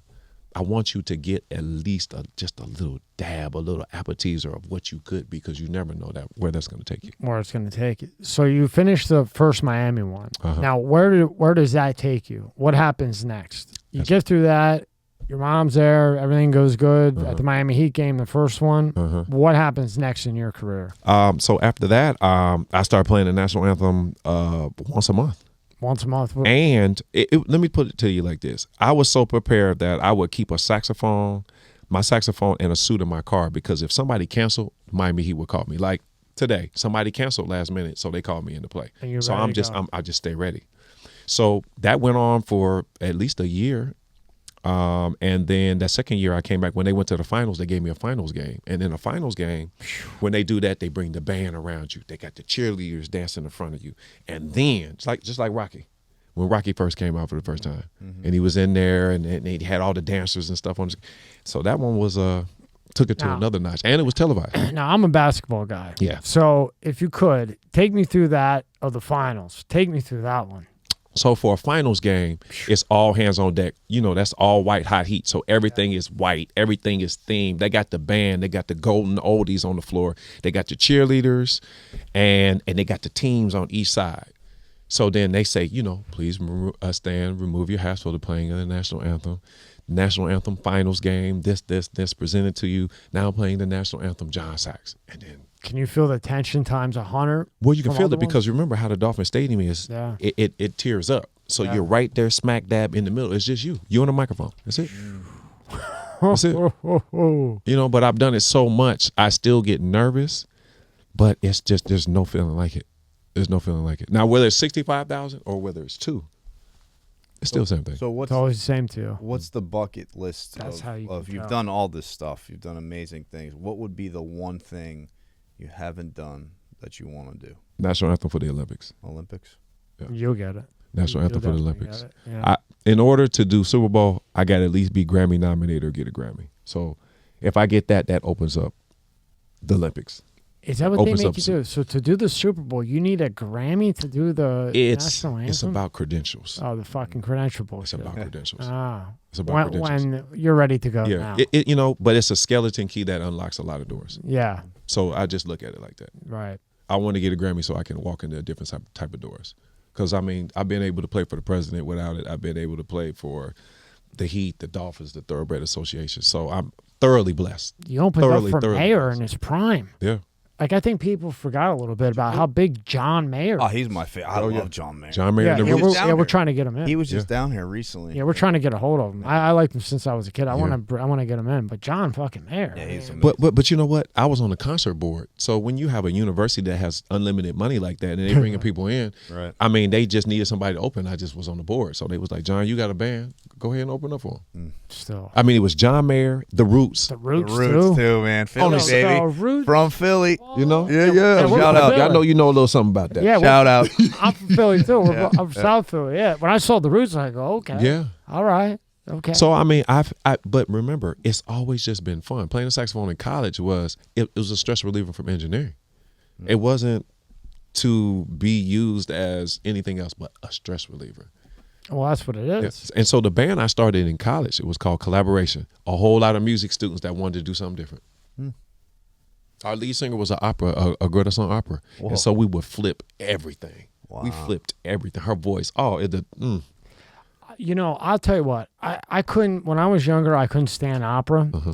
But now when I hear it, I hear it and I go, that woman, that guy would have a #1 record with the right person behind them. Their And then if voices you are if you incredible. listen to Whitney, Mariah, that's opera when they're screaming like that at the end. I mean, it sounds good to us, but that's that annoying screaming when you're 7 and you're like, what is this? But opera, believe it or not, is a tool and technique that can be trained and used by the voice. Anybody can do it. Yeah, You know, it's a vocal technique. got to get the tools. Yeah, just got to get the tools. You got to get the teacher, the advisor, the mentor, the whoever it is, somebody that's already doing that, and let them teach you. I still say to this day, Whitney Houston, hands down for me, is the best voice I've ever heard, ever. Anybody. That's just my opinion, but No, you're right. Her, I'm trying to think. she was incredible. I man. mean, Mariah was up there. Mariah but- too. They can hold that note. Yeah. It's like that. Yeah, Mariah. I say Mariah, Whitney, Patti LaBelle. Patti Patti LaBelle. LaBelle, That's yeah. You right. cannot. You can't. Right. I was thinking of one You know, more and I couldn't think. Patti. Jennifer Holliday. I don't know her. Who's Jennifer? She's not better than Patti LaBelle. Though. But they came up in that same Same Patti era. LaBelle, yeah, but Patti LaBelle would probably be the Because remember, Patti LaBelle was doing it without any help. Yeah. There wasn't a little equalizer to push it. That was straight. Yeah, Patti LaBelle needs. Patti LaBelle need. No soundproof. Yeah, no. no, nothing. Her voice is just it's so amazing. It is. It Yeah. is bad. But remember, that's all same family. You know, that was Patti LaBelle. Whitney Houston was influenced by all the Gladys Knight, so she came up in that. That's of course, that's why she. We sounded need like that back. Yeah, I agree. Instead of all this, blah, blah, blah, we Yeah. need the good shit back. Well, I mean, Well, they killed them all. it's just now it's marketing, it's storytelling. Yep. You know, you don't really hear amazing voices just flat out unless you're watching America's Got Talent Yeah. or That's The true, Voice. That's the only way you're gonna see it. And then the only way a good voice gets pushed up is if that record label decides that we want them up, and then they bot them up. No, They that's- robot them up. Yeah, that's the way politics. it is. Now you're talking about politics. Well, we had another engineer in. Oh, okay. African American from Baltimore. Uh-huh. Long story short, Universal, Ticketmaster, they hired him Uh-huh. to beat the system, basically. Yep. And then out of everybody, guess who did time? The African American from Baltimore that didn't go the wrong way. He went the right way. Uh-huh. So everybody else pays $80 million fines, $100 million fines. Yep. Not Chad. Yep. Chad goes and does 2 years in and 2 years on probation. Wow. When all he did was take the money for the order Uh-huh. and make sure Taylor Swift was one. Yep. True story. Wow. Drake beat 50 Cent on the release. He did it. Number one.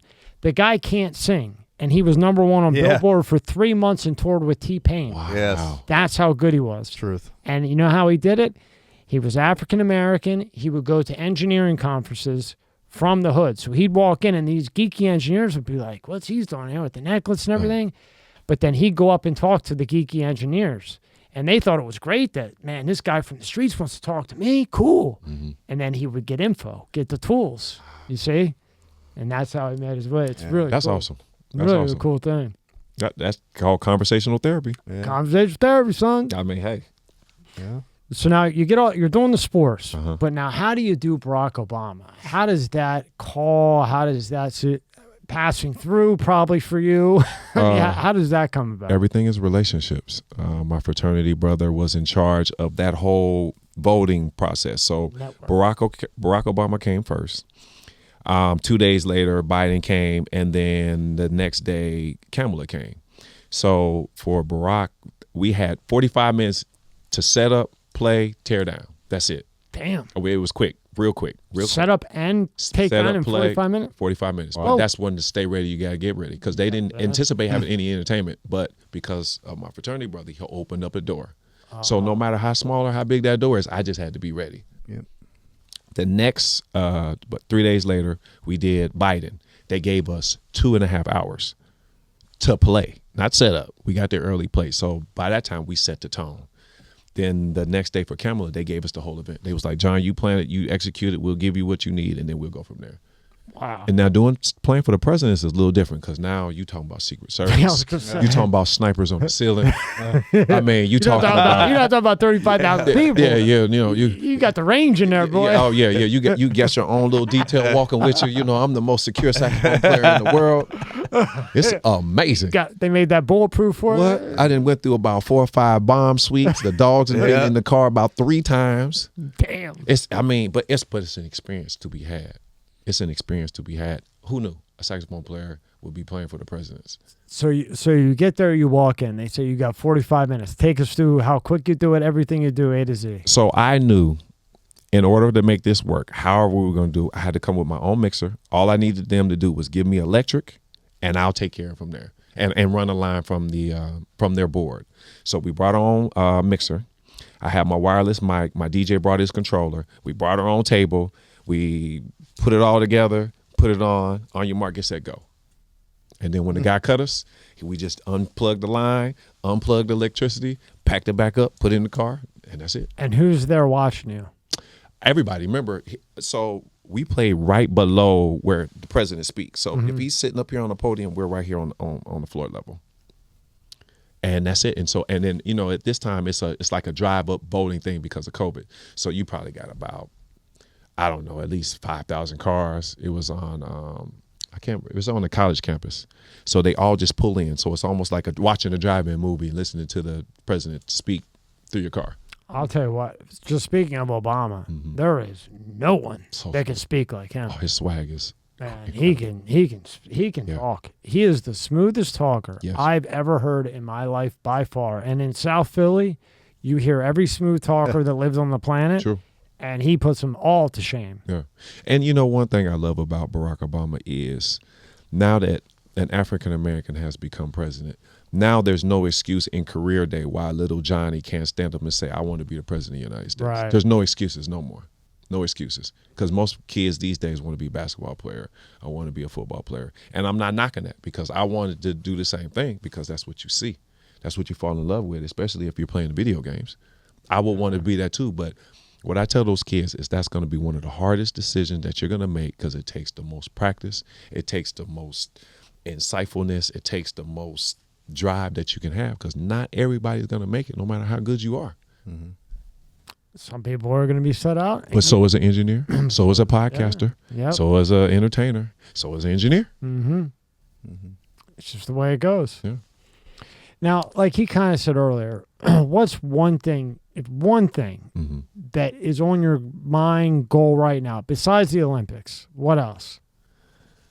Because you got to get a Grammy for that and all this stuff. You'll get it, but what else? Man, just day by day. I mean, I play at so many different events. And I'm seeing so often that I just never know where that next event is coming from. Like yesterday, I played at the Hispanic Chamber of Commerce event at NSU. And from that, I got like 25 leads. Mm-hmm. I mean, they didn't know I played Spanish music. And so now they know. So now it's like, oh, well, can you do this event? Can you do this? We got this. I got a birthday party. I got a bar mitzvah. So it's always something that I'm not expecting. So I can't really say what it is because I'll end up playing at SeaWorld or I'll end up playing at an amusement park just because of a connection or of a relationship. So I'm just game for what's coming. Is that hard to switch? Like going from a Spanish event to a bar mitzvah to doing the national anthem? Is it hard to adjust? All my shows are with a live DJ. So I've been playing with a live DJ for years, ever since college. So if DJ can play it, I can play it. Oh, shit. So that's how we cater to whatever you need. My goal and mission is always to have a DJ because the party always needs a DJ no matter what. I use that same formula in college. I use that same formula with my family. I use that formula at church because I want to be able to cater to a specific person right now. And if you have a request, we can give it to you right now. We do it at the Dolphin games. We do it at the Marlin games. It's a formula that I know works. Which is the most intimidating? Like the Marlins, the Dolphins, or the Heat? Intimidating. It's maybe the that's same. not the right word. It's the same because remember I'm introducing myself for the first time before the start of every game. So whether they're playing baseball, whether they're playing basketball, whether they're playing hockey, I mean it's the national anthem. Think about how many times you hear the national anthem in a year. I guess you're just hot all during over the baseball, place. Right? It's hot. It's the number one song in the world. Yeah. They play the national anthem every day somewhere. A national anthem is being done. Now, how did you feel when the players in the NFL were kneeling during the national anthem? I mean, for me, it's a preference thing now. I mean, whether your hands on your heart or whether you kneel. But actually, when Colin Kaepernick did that, a guy in the service said, at least take a knee. At least do something. Don't be totally disrespectful. So, I mean, it's all in choice. I don't get into those politics. Can I just ask you about that? Uh-huh. So if that flag is paying you $100 million, uh-huh. I don't care what your shit is, stand up. True.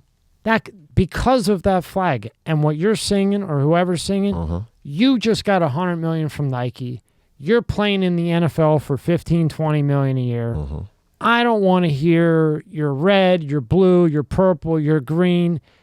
Stand up. Because if you didn't have that, you wouldn't have that mansion that you're going to go home to mm-hmm. and that hot wife that doesn't like you, that just wants your money, but you can tell everybody you're with while you kneel and agrees with you because she wants to go to Chanel. Mm-hmm. The reason why you can do those things is because of that. So I don't see where there's any excuse, but I always have an open mind. Yeah. Well, I mean, you can lead a horse to water, but you can't make him drink. Throw him the fuck out of the link. I take one by one. Goodbye, goodbye. But understand, goodbye. because of that, he's no longer in the NFL. So, I mean, it's opportunity cost. His opportunity that he chose was not to kneel. So, I mean, what do you do? Yeah. Yeah, I mean, there's a whole lot of people who you wish would make better decisions, but do they? No. What are you People going to do what they're going to do. It just drove me nuts. Yeah. It drove me nuts because that is what's paying them hundreds of millions of dollars. True. But you notice after that, we ain't had no more problems. We have no problems after that. Yeah. So you had to have one guy, what we used to call it, one guy just calls a ruckus. Yeah. To cause a ruckus. We call it. You know what I'm talking about. Yeah. I'm trying to think of that word. Always the guy has to spoil the show. Yeah. Right. He's just got to be a jerk and just come in and ruin the party and rat on us or something. Almost like just the attention seeker trying to get the attention. And I mean, sometimes people they want to do what they want to do. They want to be disruptive. Yeah. Now you use tools a lot. So, and you gained quick. Mm-hmm. Did you have like a type of drawing board or something that when you went to plan, like I'm going to strategically how you were going to get better, more gigs, better gigs, higher gigs, who you're going to call? Did you have that all mapped out? Yeah. Vision boards. I use those in college, and I use those all in engineering. We used to, so we have a room like this. It's called the War Room Wall Walkthrough. So we would have the objective, what we're trying to do, all the research that we done, and they be in big boards, 6 foot by 3 foot boards. So I just could use the same philosophy. Like I literally have used everything I used in college to perfect my craft, to take it to the next level.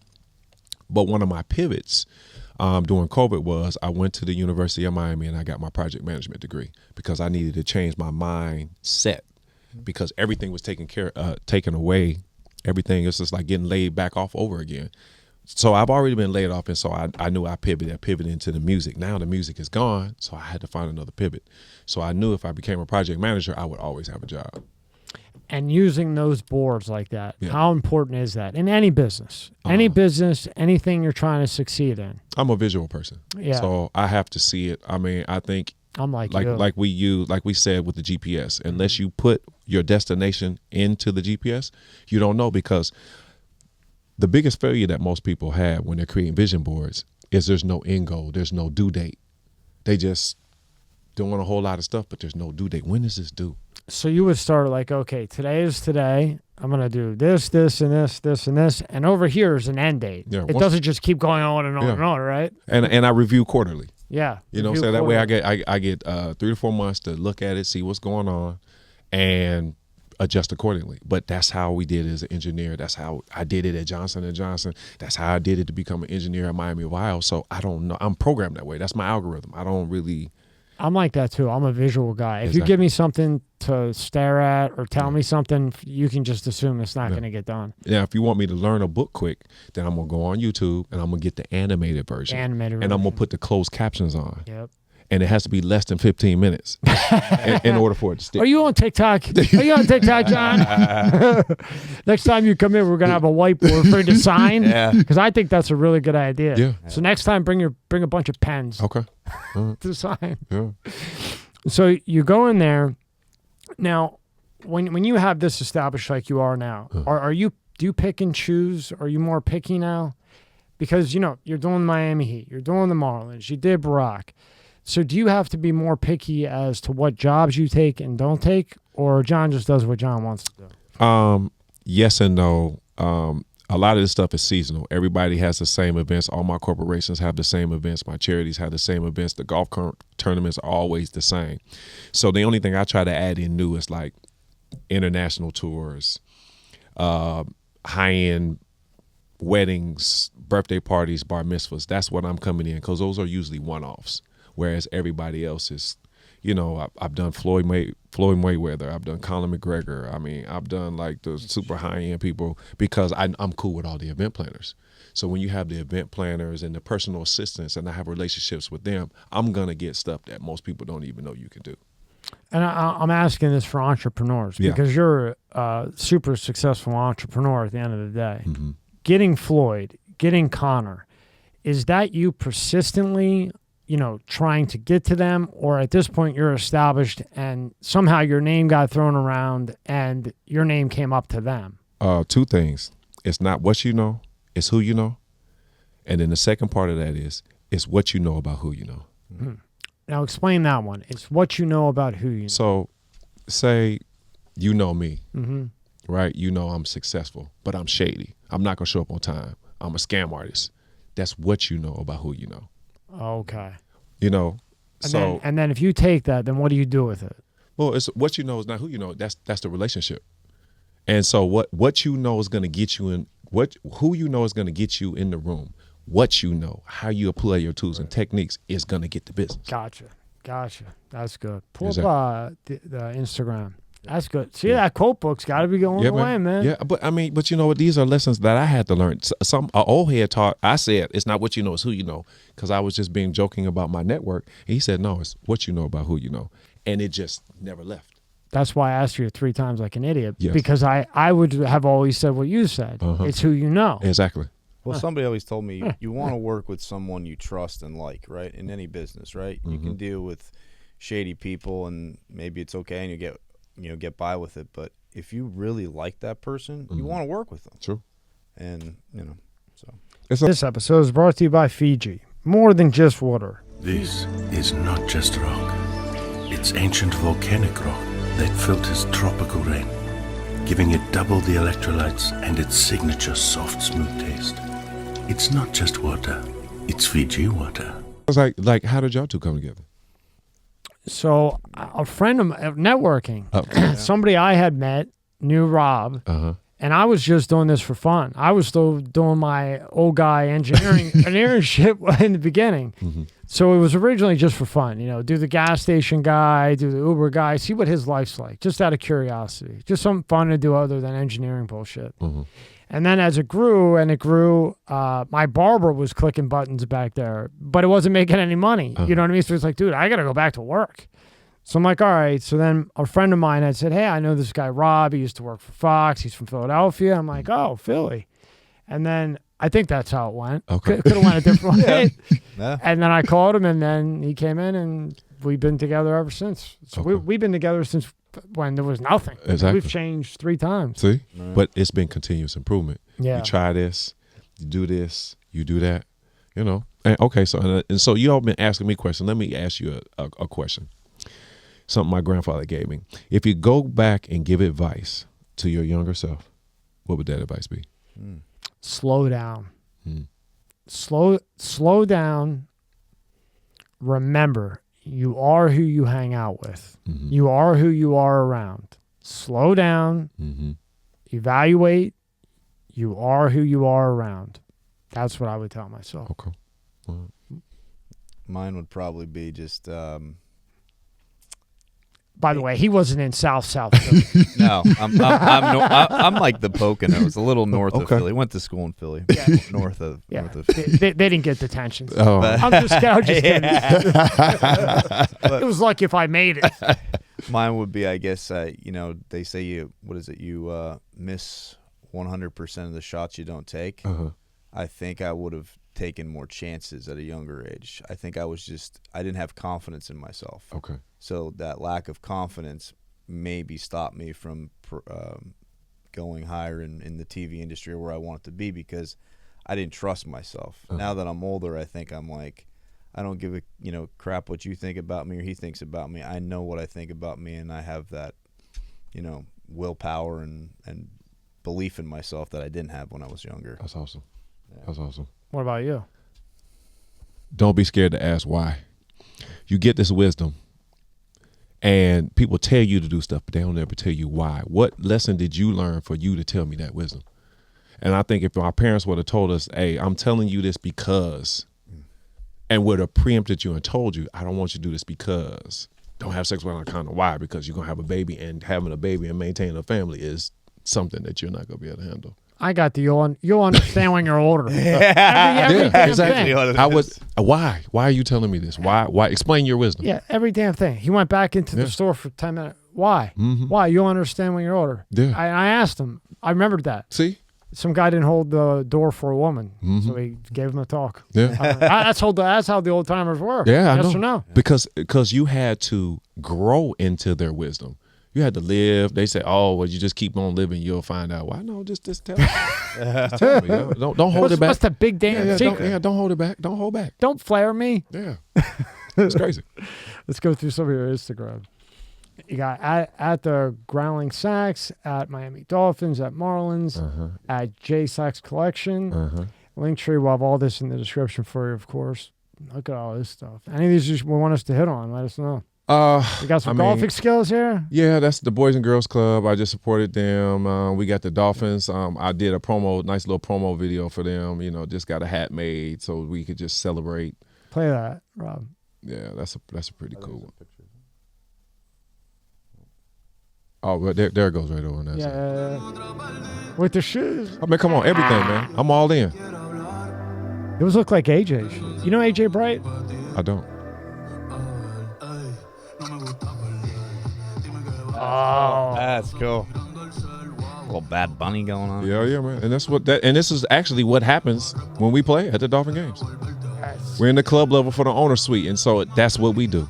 that's fun. We make sure everybody has a good time. We are a part of guest experience. So when you come to the stadium and you're on the club level, this is what you're going to get every time. I have a DJ, I have a bass player walking around. We're both wireless, and we entertain. What are some of the, I guess, cooler people you've met, celebrity-wise, or anything throughout the years? Anybody that really stands out to you? Like, man, that was cool meeting him. Or Dwayne Wade is so cool. Dwayne Wade's mom is cool. Ray Allen is cool. Ray Allen's mother is cool. Oh, wow. Ray Allen. Ray You know. man. Boy, he might be the best 3-point shooter. Yeah. Clutch. Clutch. I mean, clutch. Damn it, the And Pacers boy. And Whoa! as clutch as his shot is, he's even smoother on the golf course. Yeah? Is he really? Oh, man, he's a scratch too. Wow. Is he? Yeah. Lawrence Taylor. Yeah. Lawrence Taylor? Play some golf. Oh yeah. Eddie Jones.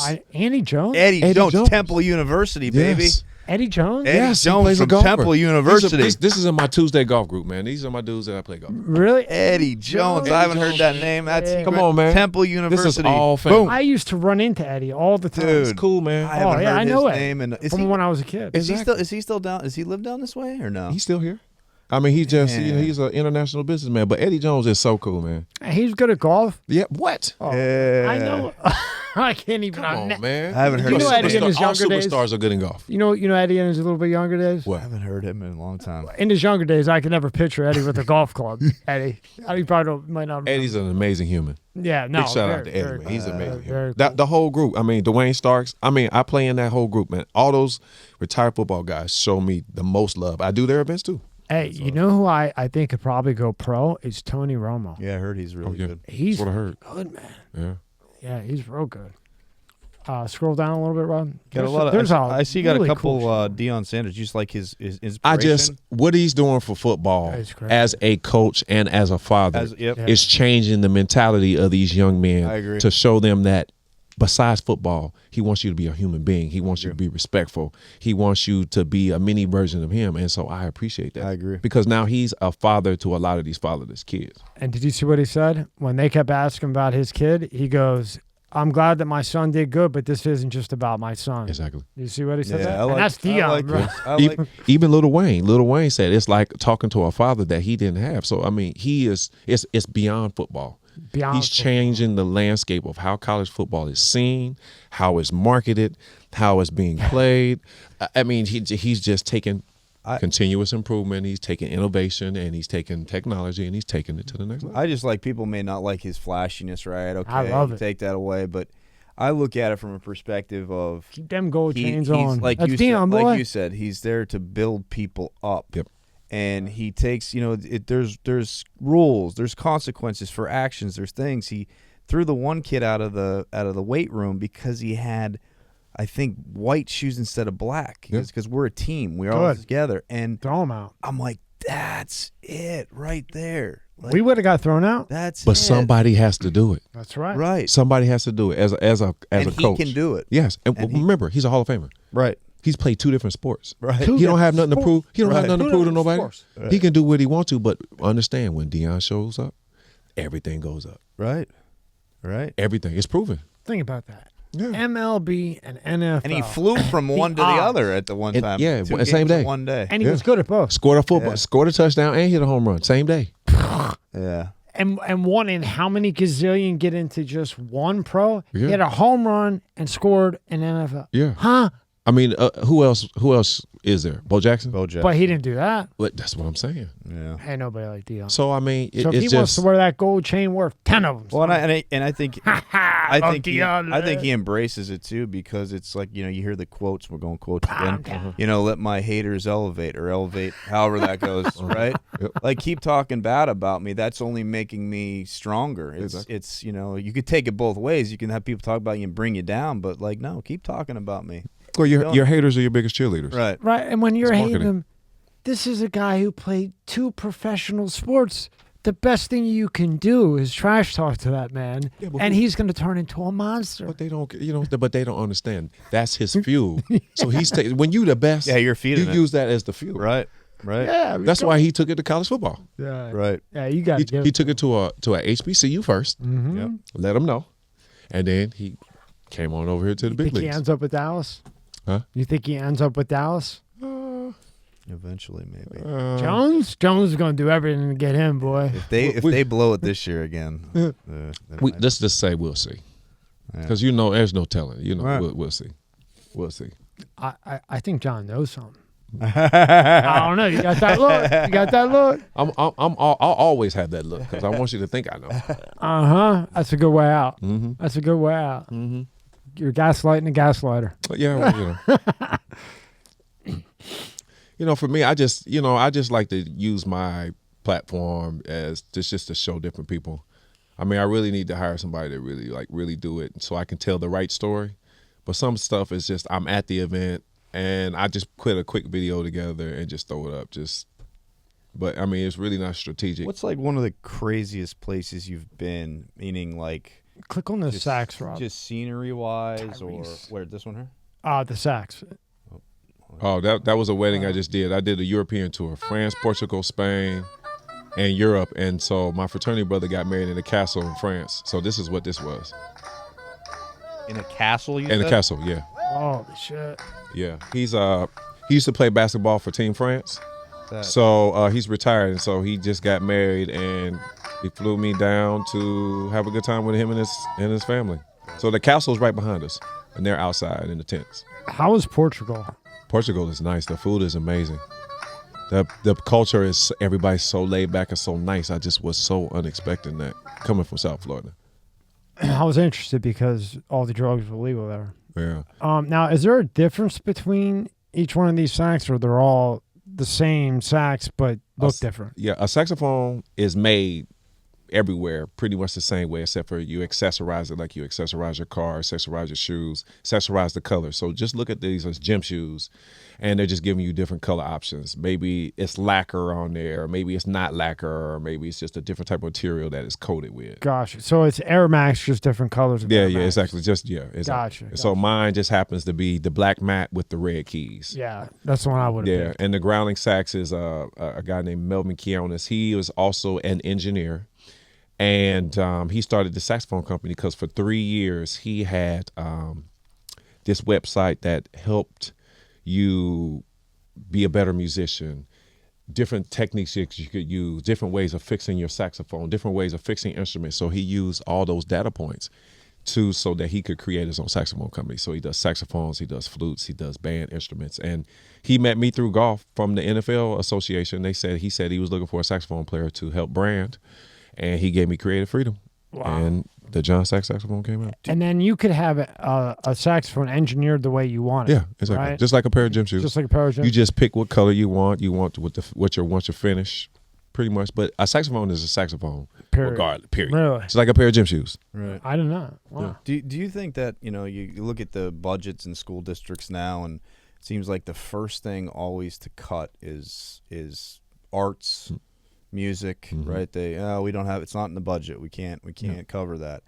Do you think schools and districts and should invest more into the arts and into music? 100%, because that's your alter ego. Being into the arts, that's the way you connect with your soul. That's the way you can be introduced to something that is larger than you, a lot bigger than you. It's a way of connecting with the spirit. When most musicians that you see play, they usually have their eyes closed. Why? Because they want to be in tune with what they're doing.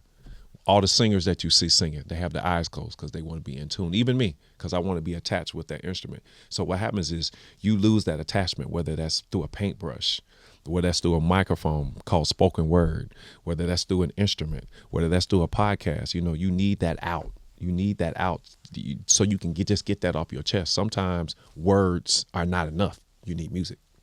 Therapy. Even if it's cooking. Yeah. Just throwing something on the plate and cooking something cool, and the noise of life is gone. Yeah. Sometimes, just right now, for the last hour, we've been conversational therapy. You're asking questions, receiving information, and it's just like therapy. I'm getting to know you, you're getting to know me. We're sharing our story about what's good, what's bad, what you like, what you don't like. That's conversational therapy. Yeah, like the outside doesn't exist. Exactly, right it doesn't now. exist. The only thing that matters is us right now and the topics that we are discussing. Yeah. And what about a kid that, when I say kid, a teenager that may watch this podcast or listen to this podcast, you know, going back to my younger self, we talked about younger and older self, right? You know, when you used to think about the band, right? Kids in the band. Mm-hmm. They got picked on. Yep. You're in a band. You're a loser. You're this. You're that. Right. Mm-hmm. What's your message to that kid watching that is a saxophone player, or maybe wants to play a saxophone, but he's afraid because that might not look so cool to the girls over there that are looking for the football players? What would be your wisdom to him as a young teenager? Don't let nobody intimidate you from discovering your superpower. And there's a lot of those people out there. Don't let nobody disturb you from accomplishing your goals. Don't let nobody put hurdles in your life, because people are going to just do that because they can't. And it's not that they can't. It's just they haven't been inspired, or they didn't have the right mentor or the right parent telling them, because maybe their parent didn't do that. So why would they want you to do it? There's no guide. There's no guiding light. And if you do that jump in the band, now mind you, you got a whole new community of people that will support you. Because remember, you're coming into a community. Those people on the outside of the community, they just don't have the stick to itness. I mean, it ain't for everybody. But band camp, I went to band camp. Band camp was fun. Band camp had all the beautiful ladies. Well, I was just gonna say, I thought your answer was literally gonna be, I've dropped more panties in my life than any football player has. Well, I mean, you know, that's the secret sauce, though. I mean, you know what I'm saying? Yeah, I mean, you got that's the secret sauce. That's the secret sauce. You know, remember, I used my mouth for a living. So, you know, when women are looking at me playing saxophone, you're good to like, go. And I wonder. And you didn't just play a game. You sang the sax. You're ready to go. You didn't just play 44 minutes, right? 3/4, sweaty, hot. 2 minutes and 30 seconds. Hey, It was only 2 minutes and 30 seconds. that's it. You got time. You got the endurance still. You're not worn out at all. 2 minutes and 30 seconds. That's it. Let's go, baby. But you know what? But a lot of people are gonna, in anything you do, there's gonna be a lot of haters. A lot of people are gonna try to stop you or put hurdles in the way of what you're trying to do. Yeah, it's like that with everything. And I've noticed it is older people that say they have the job that their dad had and their dad had, and then you go and you say, I'm going to be a sax player. Yeah. They say, get back on this earth, boy. That's never going to happen. But they say that because all they know is nobody ever does that from this town. You know what I mean? Oh, I had the conversation with my parents. Did you? Oh, when I got laid off, I bet. I bet. I told my parents, I said, Mom, confident I was like, just whoa. give me 1 year to see what I can do. Was that the That was was that the thing. bargaining? Yeah, that was the thing. You need to put your resume about. I will send it to some people. I was like, give me 1 year to see what I can do. I can hear your mother now. Oh, first client, Miami Heat. Mom, come on, I got something to show you. Yeah. How about that? Did we get any more put in the applications? Yeah. She did say to put them in? No. After she saw the Miami Heat, she still wasn't convinced. Remember, she's an educator. She was a retired elementary school principal. He's a retired cop. So, you know, it still took some more convincing. So about 2 months later, I did Montel Jordan had a jazz boat ride, and I was hired for the entertainment. And then when she saw the way the women were responding and the way the men were dancing, and she was like, oh. So she was the voice of reason to go back to my family and be like, let him stay doing what he's doing. Pull up out of the IG again. I saw Tyrese. I like Tyrese. Yeah. Oh, that quote that was on there changed my life. Yeah. It's something that everybody should hear. Go down. Tyrese is down right there in the middle. Yeah. I'll never forget somebody said, there's humility and there's being too humble. And I said, what does that mean? They said, sometimes you could be so humble where you disappear in the room. You disappear in the deals. You disappear in negotiating what you really deserve. Don't be so grateful and so humble that this opportunity presents itself that you don't do whatever you got to do to make sure that business-wise, you don't take care of business. I'll never forget somebody. And I got lost in that because I was, as a saxophone player, I'm just so grateful to be playing for the Presidents. I'm so grateful, but at the same time, business is business. So I kind of got away from the engineering altogether and just dove into my passion. It was like, oh my gosh, I can't believe I'm on this podcast. I can't believe they're doing stuff on me. So now it's like South Florida Business and Wealth magazine. I'm the new MC for the Apogee Awards that they're going to have at the Marlin Stadium on November 16th. Oh, yeah. Can you pull that up? I think we have that in it. Yeah. So they released an article. 2 hours later, Miami University called me about doing that interview that you saw me with. So now I'm talking about being an engineer. That's a musician. I had stopped talking. I stopped talking about that story. They say it's TLC. Tell your story, live your dream, change the world. Well, I stopped talking about the engineering because it was all Jon Saxx. But you lose yourself. You get lost in budgets. You're not really getting paid what you're worth. And a lot of people don't know your resume. So now when you go to my website, now when you pull that stuff up, this is who you're dealing with. No longer just a little saxophone player in the corner. No, we're not doing that anymore. And you swung by with the 2 peanuts in the room to get a few more people though, right? But this just happened joking. by happenstance. It wasn't like set up. We just happened to get into a conversation. Yeah, he told me. I go, really? Yeah, just started talking. Oh, it's gonna be fun. yeah. But that's how it works, right? You know. And it's just, I just happened to be in the right room. Right room. I play golf. Who knew? Fate, destiny. Yes, sir. Yes, sir. 100%. Yeah. So tell us about this because this is cool. So a friend of mine introduced me to a lady named Kim, and Kim is the marketing director for South Florida Business and Wealth magazine. And so what they do is they honor top C-suite level every year, 500 people. It's called Dinner on the Diamond, Apogee Awards. It's going to be November 16th. At the Marlin Stadium. And so they did this write-up on me as somebody who is a story that needs to be told. And they put this out. Maybe 2 days later, I guess whoever subscribes from Miami University, being the president of the school and the engineering, they called me and did the interview. So it just brought me back to life. It remixed and reimagined my why. Like, I still got some storytelling. Somebody needs to know this story. Some kid needs to know it. Some engineers who think that they want to play the guitar, but they don't know if they can. You can. One word of advice I would say if you do plan on being a musician, make sure you got a real job. Passion is one thing, but being able to pay bills and stuff is another. So have a real job so you can fund your passion. Yeah, right. I'm going to keep it real. Just have a real job so you can fund your passion. Now, if you want to be slick about it, as a musician, get a job with the airline. That way you can fly for free. That way you can get to your gigs a lot quicker. Now you got to be strategic. That's smart. But it's smart. I wish I would have did that back in the day when I first transitioned over. Then that way you can fly for free, buddy passes, you can go to gigs, and then you can cut down on what you can charge. Good move. Yeah. You want to hear a funny story about Tyrese? You know why he said that? Why? Tyrese, he wanted to be a rapper. Rapping was really his thing, but he came out with the Sweet Lady and how you gonna do it like that? So he went into the rapping. Into like the R&B, but he really wanted to rap. So then he came out with an album called Alter Ego, and one disc was the R&B like usual, and the other one was rapping. I thought it was really good, but he got killed for it. Wow. And what he was referring to then was he wished, like inside, he wanted to be a rapper.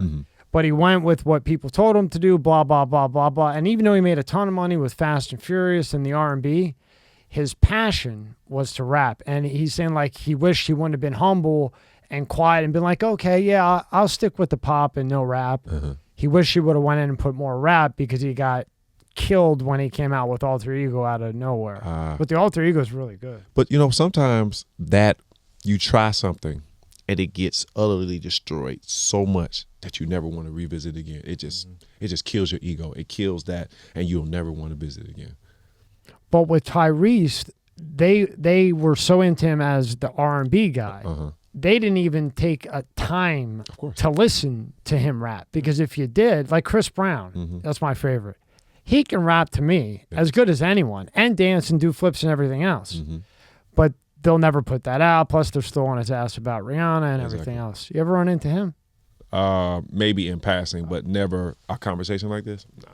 Well, if you do, tell him we keep trying to call. Well, you know, the fortunate thing for me is being exposed to the people I'm exposed to, owner suites and billionaires and boat shows. I see some of everybody just because I'm just in that. I'm always in the VIP. I'm always into something. So I see everybody. So when you're around like-minded people, you just have like-minded conversations. I don't really pay attention to the celebrities. Yeah, right. you get it. Me too. You get over the celebrity thing after a while. They're just people, and then it becomes, how can I learn? Exactly. Like that guy's got 5 yachts or yachts. Yachts. Yachts. Yeah, that's all right. How in the hell does he have 5 yachts? I want to see everything he does, how he acts, how he talks to people, how he interacts.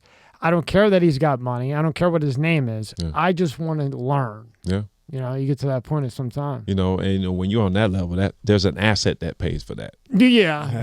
So he has 5 different assets Yeah. that pay for those 5 different yachts. Right. Or you're a billionaire and you just need to, you know, move some money around. So that's a write-off. Yeah. Now, if you weren't doing the saxophone and you weren't doing engineering, what was a third thing besides sports that you were into? Because you're very, I don't know what like intellectual, hands-on, people person. You know, could have went a lot of different kids. Something with the kids. My first job as a teenager was working for Leaps and Bounds, which was something comparable to Discovery Zone. Oh, cool. And so I was in charge of parties. So I did all the parties, 3rd, 4th, 5th, and 6th graders.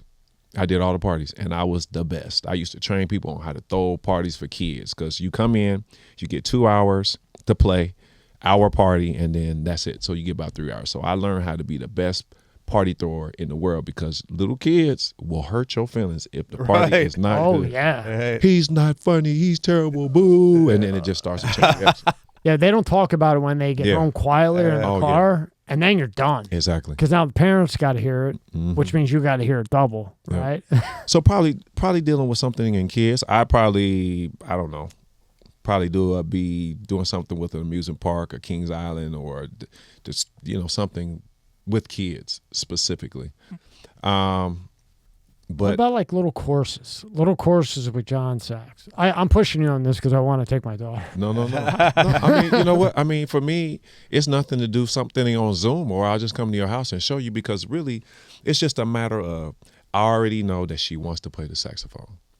So what are the 2 things that you need to play the saxophone? You need wind, and you need to be able to move your fingers. Let's just start at base case. So if I teach you how to blow into the mouthpiece, then that's your win. If I teach you where the keys are, that's your fingers. But before they get into the saxophone, I would tell you to invest in a $5 recorder or flutophone first, so she can learn. Because, you know, once you start playing saxophone, you're talking about $800, $900. Maybe they like it, maybe they don't. So for me, when I first started, I heard the saxophone at Career Day. I wanted it. But the only way you could get the saxophone back then was you had to buy it. Saxophone was $1,000. Mom and dad are not doing it. Flutophone and recorder, $3, $5. So, you know, in order to play, you had to either do flutophone or recorder for a year, and then you pick your instrument. So I would invest in the little $5, the little $10 in order to pique interest. And if your daughter is serious, then you do the investment. But I got to know. And I tell any kid that. Any kid, guitars, anybody, get it first. And see how long you're going to be dedicated to it. I'll get you the lessons. Right. I'll do whatever you do, but I want to know if you're going to be dedicated to it. Because a lot of kids start it, but they'll never finish. Right. And then if you're dedicated, then go drop. Then you'll do the investment. Then do the investment. Yeah. And just tell her, just figure out who she wants to sound like, and just watch them. You got to put a thing up on your website. Courses. Yeah. That's what I want to see next time. Okay. Courses. I do. I know. And a lot of people have been asking me about that, but most people, they just call me and be like, John, can you teach my son or daughter? Because they saw you play. They saw you at the Heat game, so now they're interested. Well, being that they took it out of the schools. Yeah, that's true. You know, you could have a whole team. You could have a whole side business with this. Yeah, I need to. Yeah. Before we hear some of this, show us a little bit of the saxophone and what keys what. I always wanted to know that. Can you do that? Oh, well, as far as keys? Yeah, like what does what? Well, it just all depends on where you are. I mean, there's between 30 to 35 keyholes, which means there's about 30, 35 keys. And remember, there's only 12 keys in music. total, like 12, like literally 12 keys. Did you not? Yeah, there's 12 I keys. play the guitar. Yeah. So it just all depends on what key you want to express yourself in. So with the saxophone, think about the saxophone as if you have a piano and you invert your piano, the same type of thing. That's what the saxophone is. Same thing. Yeah, just all the things are right there in front of your hands. So so you're really only using 9 of your fingers. One of your fingers, the back thumb, is just resting so it can so it can be held in your hand, and you're using all the rest of your 9 fingers. Wow, I didn't know that. I didn't know there was only 12 keys. Yeah, there's only 12 keys. Yeah. Yeah, literally, there's only 12 keys. Wow, that is 12 keys in the major and 12 keys in the minor if you want to be technical. Wow. Okay. All right, so you got the courses coming up, right? I got the courses now. That's a bucket list item. Right. Got the courses. And what else is coming up? Just continuing to get the brand, do more conversational therapy. I think a friend of mine, we're going to start a podcast called Conversational Therapy, and we just going to allow people to come and talk about what they need to. I mean, y'all kind of really inspired. And she just brought the idea to me, and I came here like 2 days ago.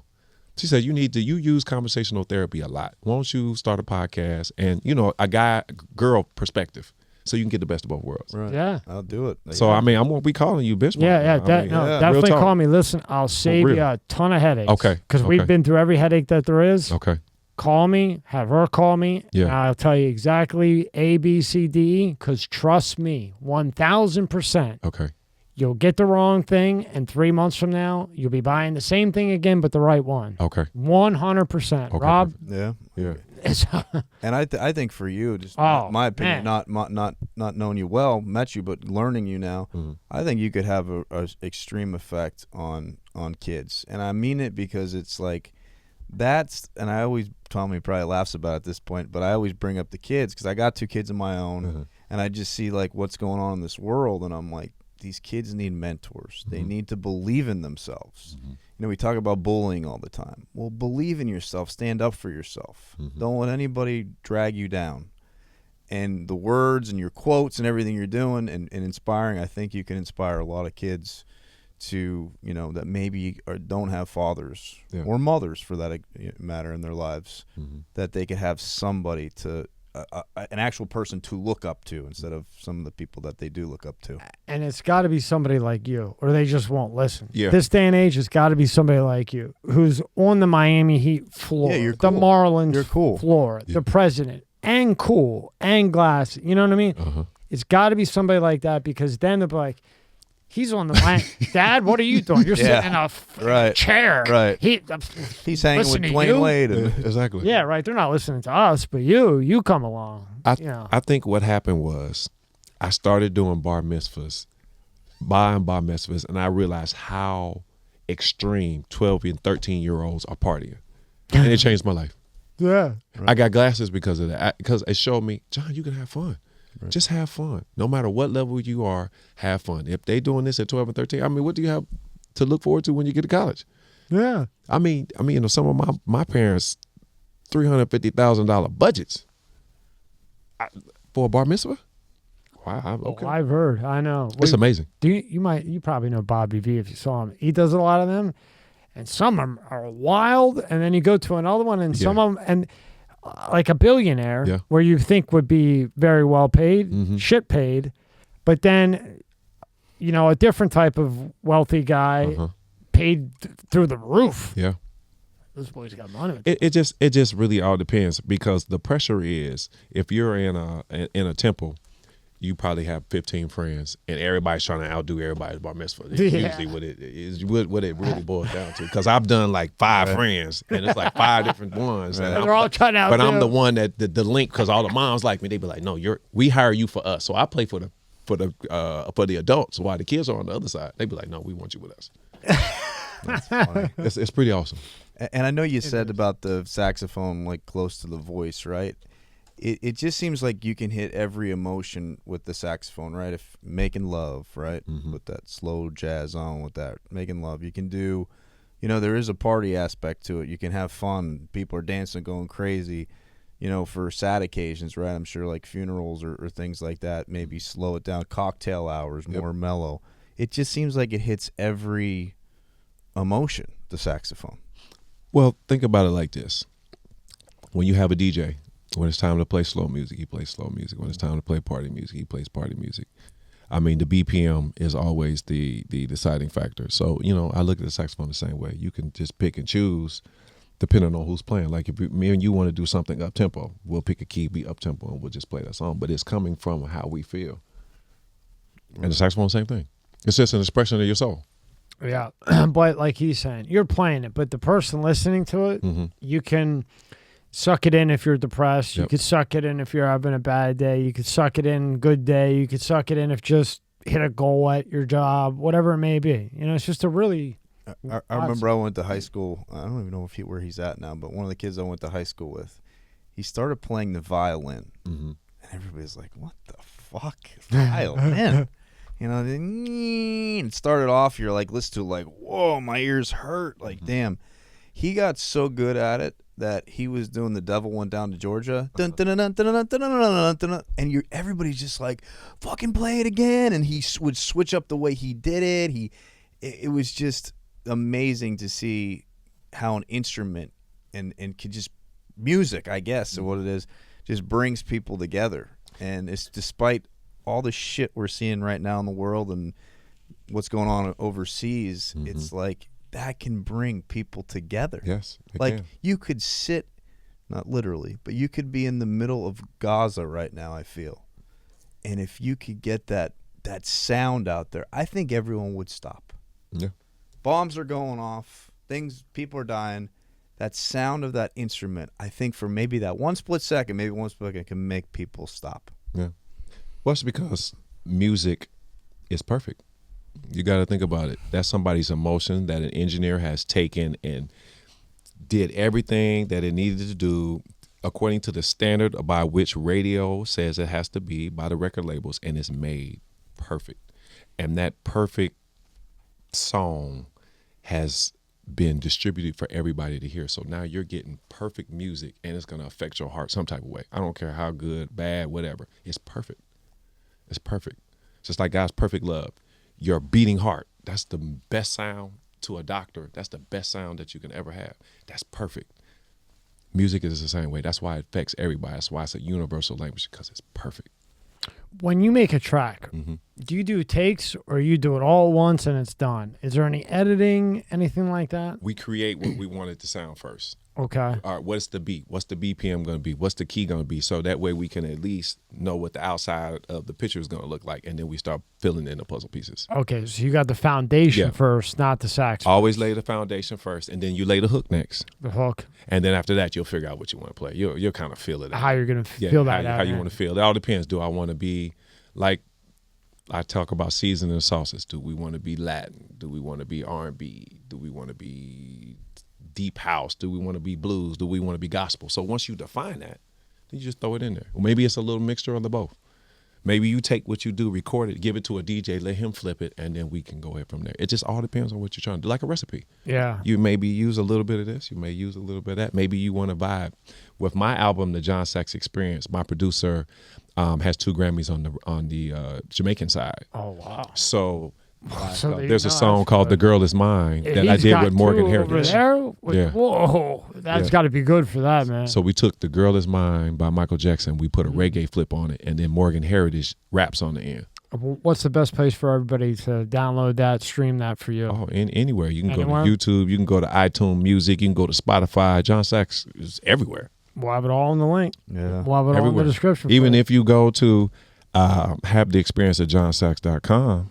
Good. And then as soon as you go there, the music pops up anyway. Let's play some of it. Let's play some of it, and we'll go outside and do something crazy. Yeah. Pull that up. Yeah, definitely play The Girl Is Mine. That's a good one. How long has it been now? About 15 years? I came out with the album 16. 16. Yeah, click on the Spotify. Spotify, right there. Jon Saxx Experience Spotify, right there. There we go. Yeah, and then go down to The Girl Is Mine. Right there. Featuring Morgan Heritage.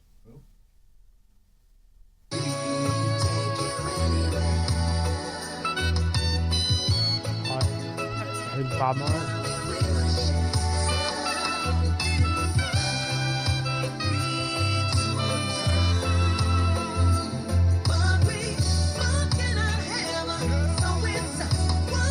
What do you do, Rob? Get on the motorcycle, put a wife beater on? God, dude. Air beaters, let's go. Or car. Or take a nice lady out. It just makes you, like I said, it just, Yeah. you can sit there and just like, Just push play. you're already moving. I'd like for you to get my album. Just push play. Just On let a it roll. boat, in a car, wherever you are, just push play. The boat. It'll do everything you needed to do. This girl actually, I did her wedding, and she sung the song while she was walking down the aisle. Did she? Oh, it was amazing. Play Clark Kent. That's like you. Going from engineering to entertainment. That's what this is for. Yep. That was my transition. This is my transition song into Jon Saxx. I like this. It's a good beat. Yeah. I really like that one. Gator's the light. I'm a skater, man. Come on now. That's one, I'm a skater. Oh. I skate on at Hot Wheels on Mondays. He's got some techno in there? But come on. Yeah, okay, John. Come on. Hey, I'm impressed, man. A little Latin flair? Everything. I like it. I'm getting it. I would literally play some house all day. I'm not saying that because you're here. Yeah, no, I appreciate it. Maybe we won't get yelled at if we play. Yeah. Dude. I mean, I think back, you go to weddings, right? You're at a wedding and, you got the DJ. And for some reason, I don't know if you ever know it, either somebody's playing the air guitar, right? Just sitting there by themselves like they have a guitar in their hand, or you're doing the saxophone. Mm-hmm. It just has that like, yeah, I'm ready. I'm ready to rock. And you're a guitar player. So for you, it's like extra. I haven't played in. Well, that means you're still a guitar player. You just haven't practiced. That's true. Yeah, that's true. I was see. I gave gotta fix that mindset. I gave up on it. Gotta tell him. Let's say I gotta fix that mindset. It's not that you are; it's just you haven't practiced. Right. That's true. That's true. That's it. See, it worked right there on live on the podcast. So you better get them courses up. Yeah. Oh, Nice, you nice set segue, yourself nice up for segue. that one. I got him quick on that. All right, brother. So we'll have everything in the description. Instagram has all the links to everything. That cup is awesome. That tumbler cup's a shit. Oh man, I got you, man. Yeah. If I would have had some, I would have just brought them. It just blew your whole mind. But no, sorry. These are cool. Everything's cool. Well, I had to come with something. You did, man. Something that you would Appreciate use or wear. Something, just something. Glasses. Yeah. You're Johnny Saxx, boy. And get that going. Get them courses, and hopefully we'll see you soon again. Thank you for your time, and that album's good, man. Yeah. on On a leaving note, I usually give this quote that was given to me from my father. God didn't give everybody everything, but He did give everybody something. And with that something, you can do anything. And with that, thank you very much, sir, for your time. It's an honor, and I hope to see you soon. And don't be a stranger. Oh no, brother from another mother. Y'all both are stuck with me now. Oh, you stuck with us. Any help you need with the pod, let me know. Yes, sir. All right, guys. Thank you very much. Thank you. Thank you.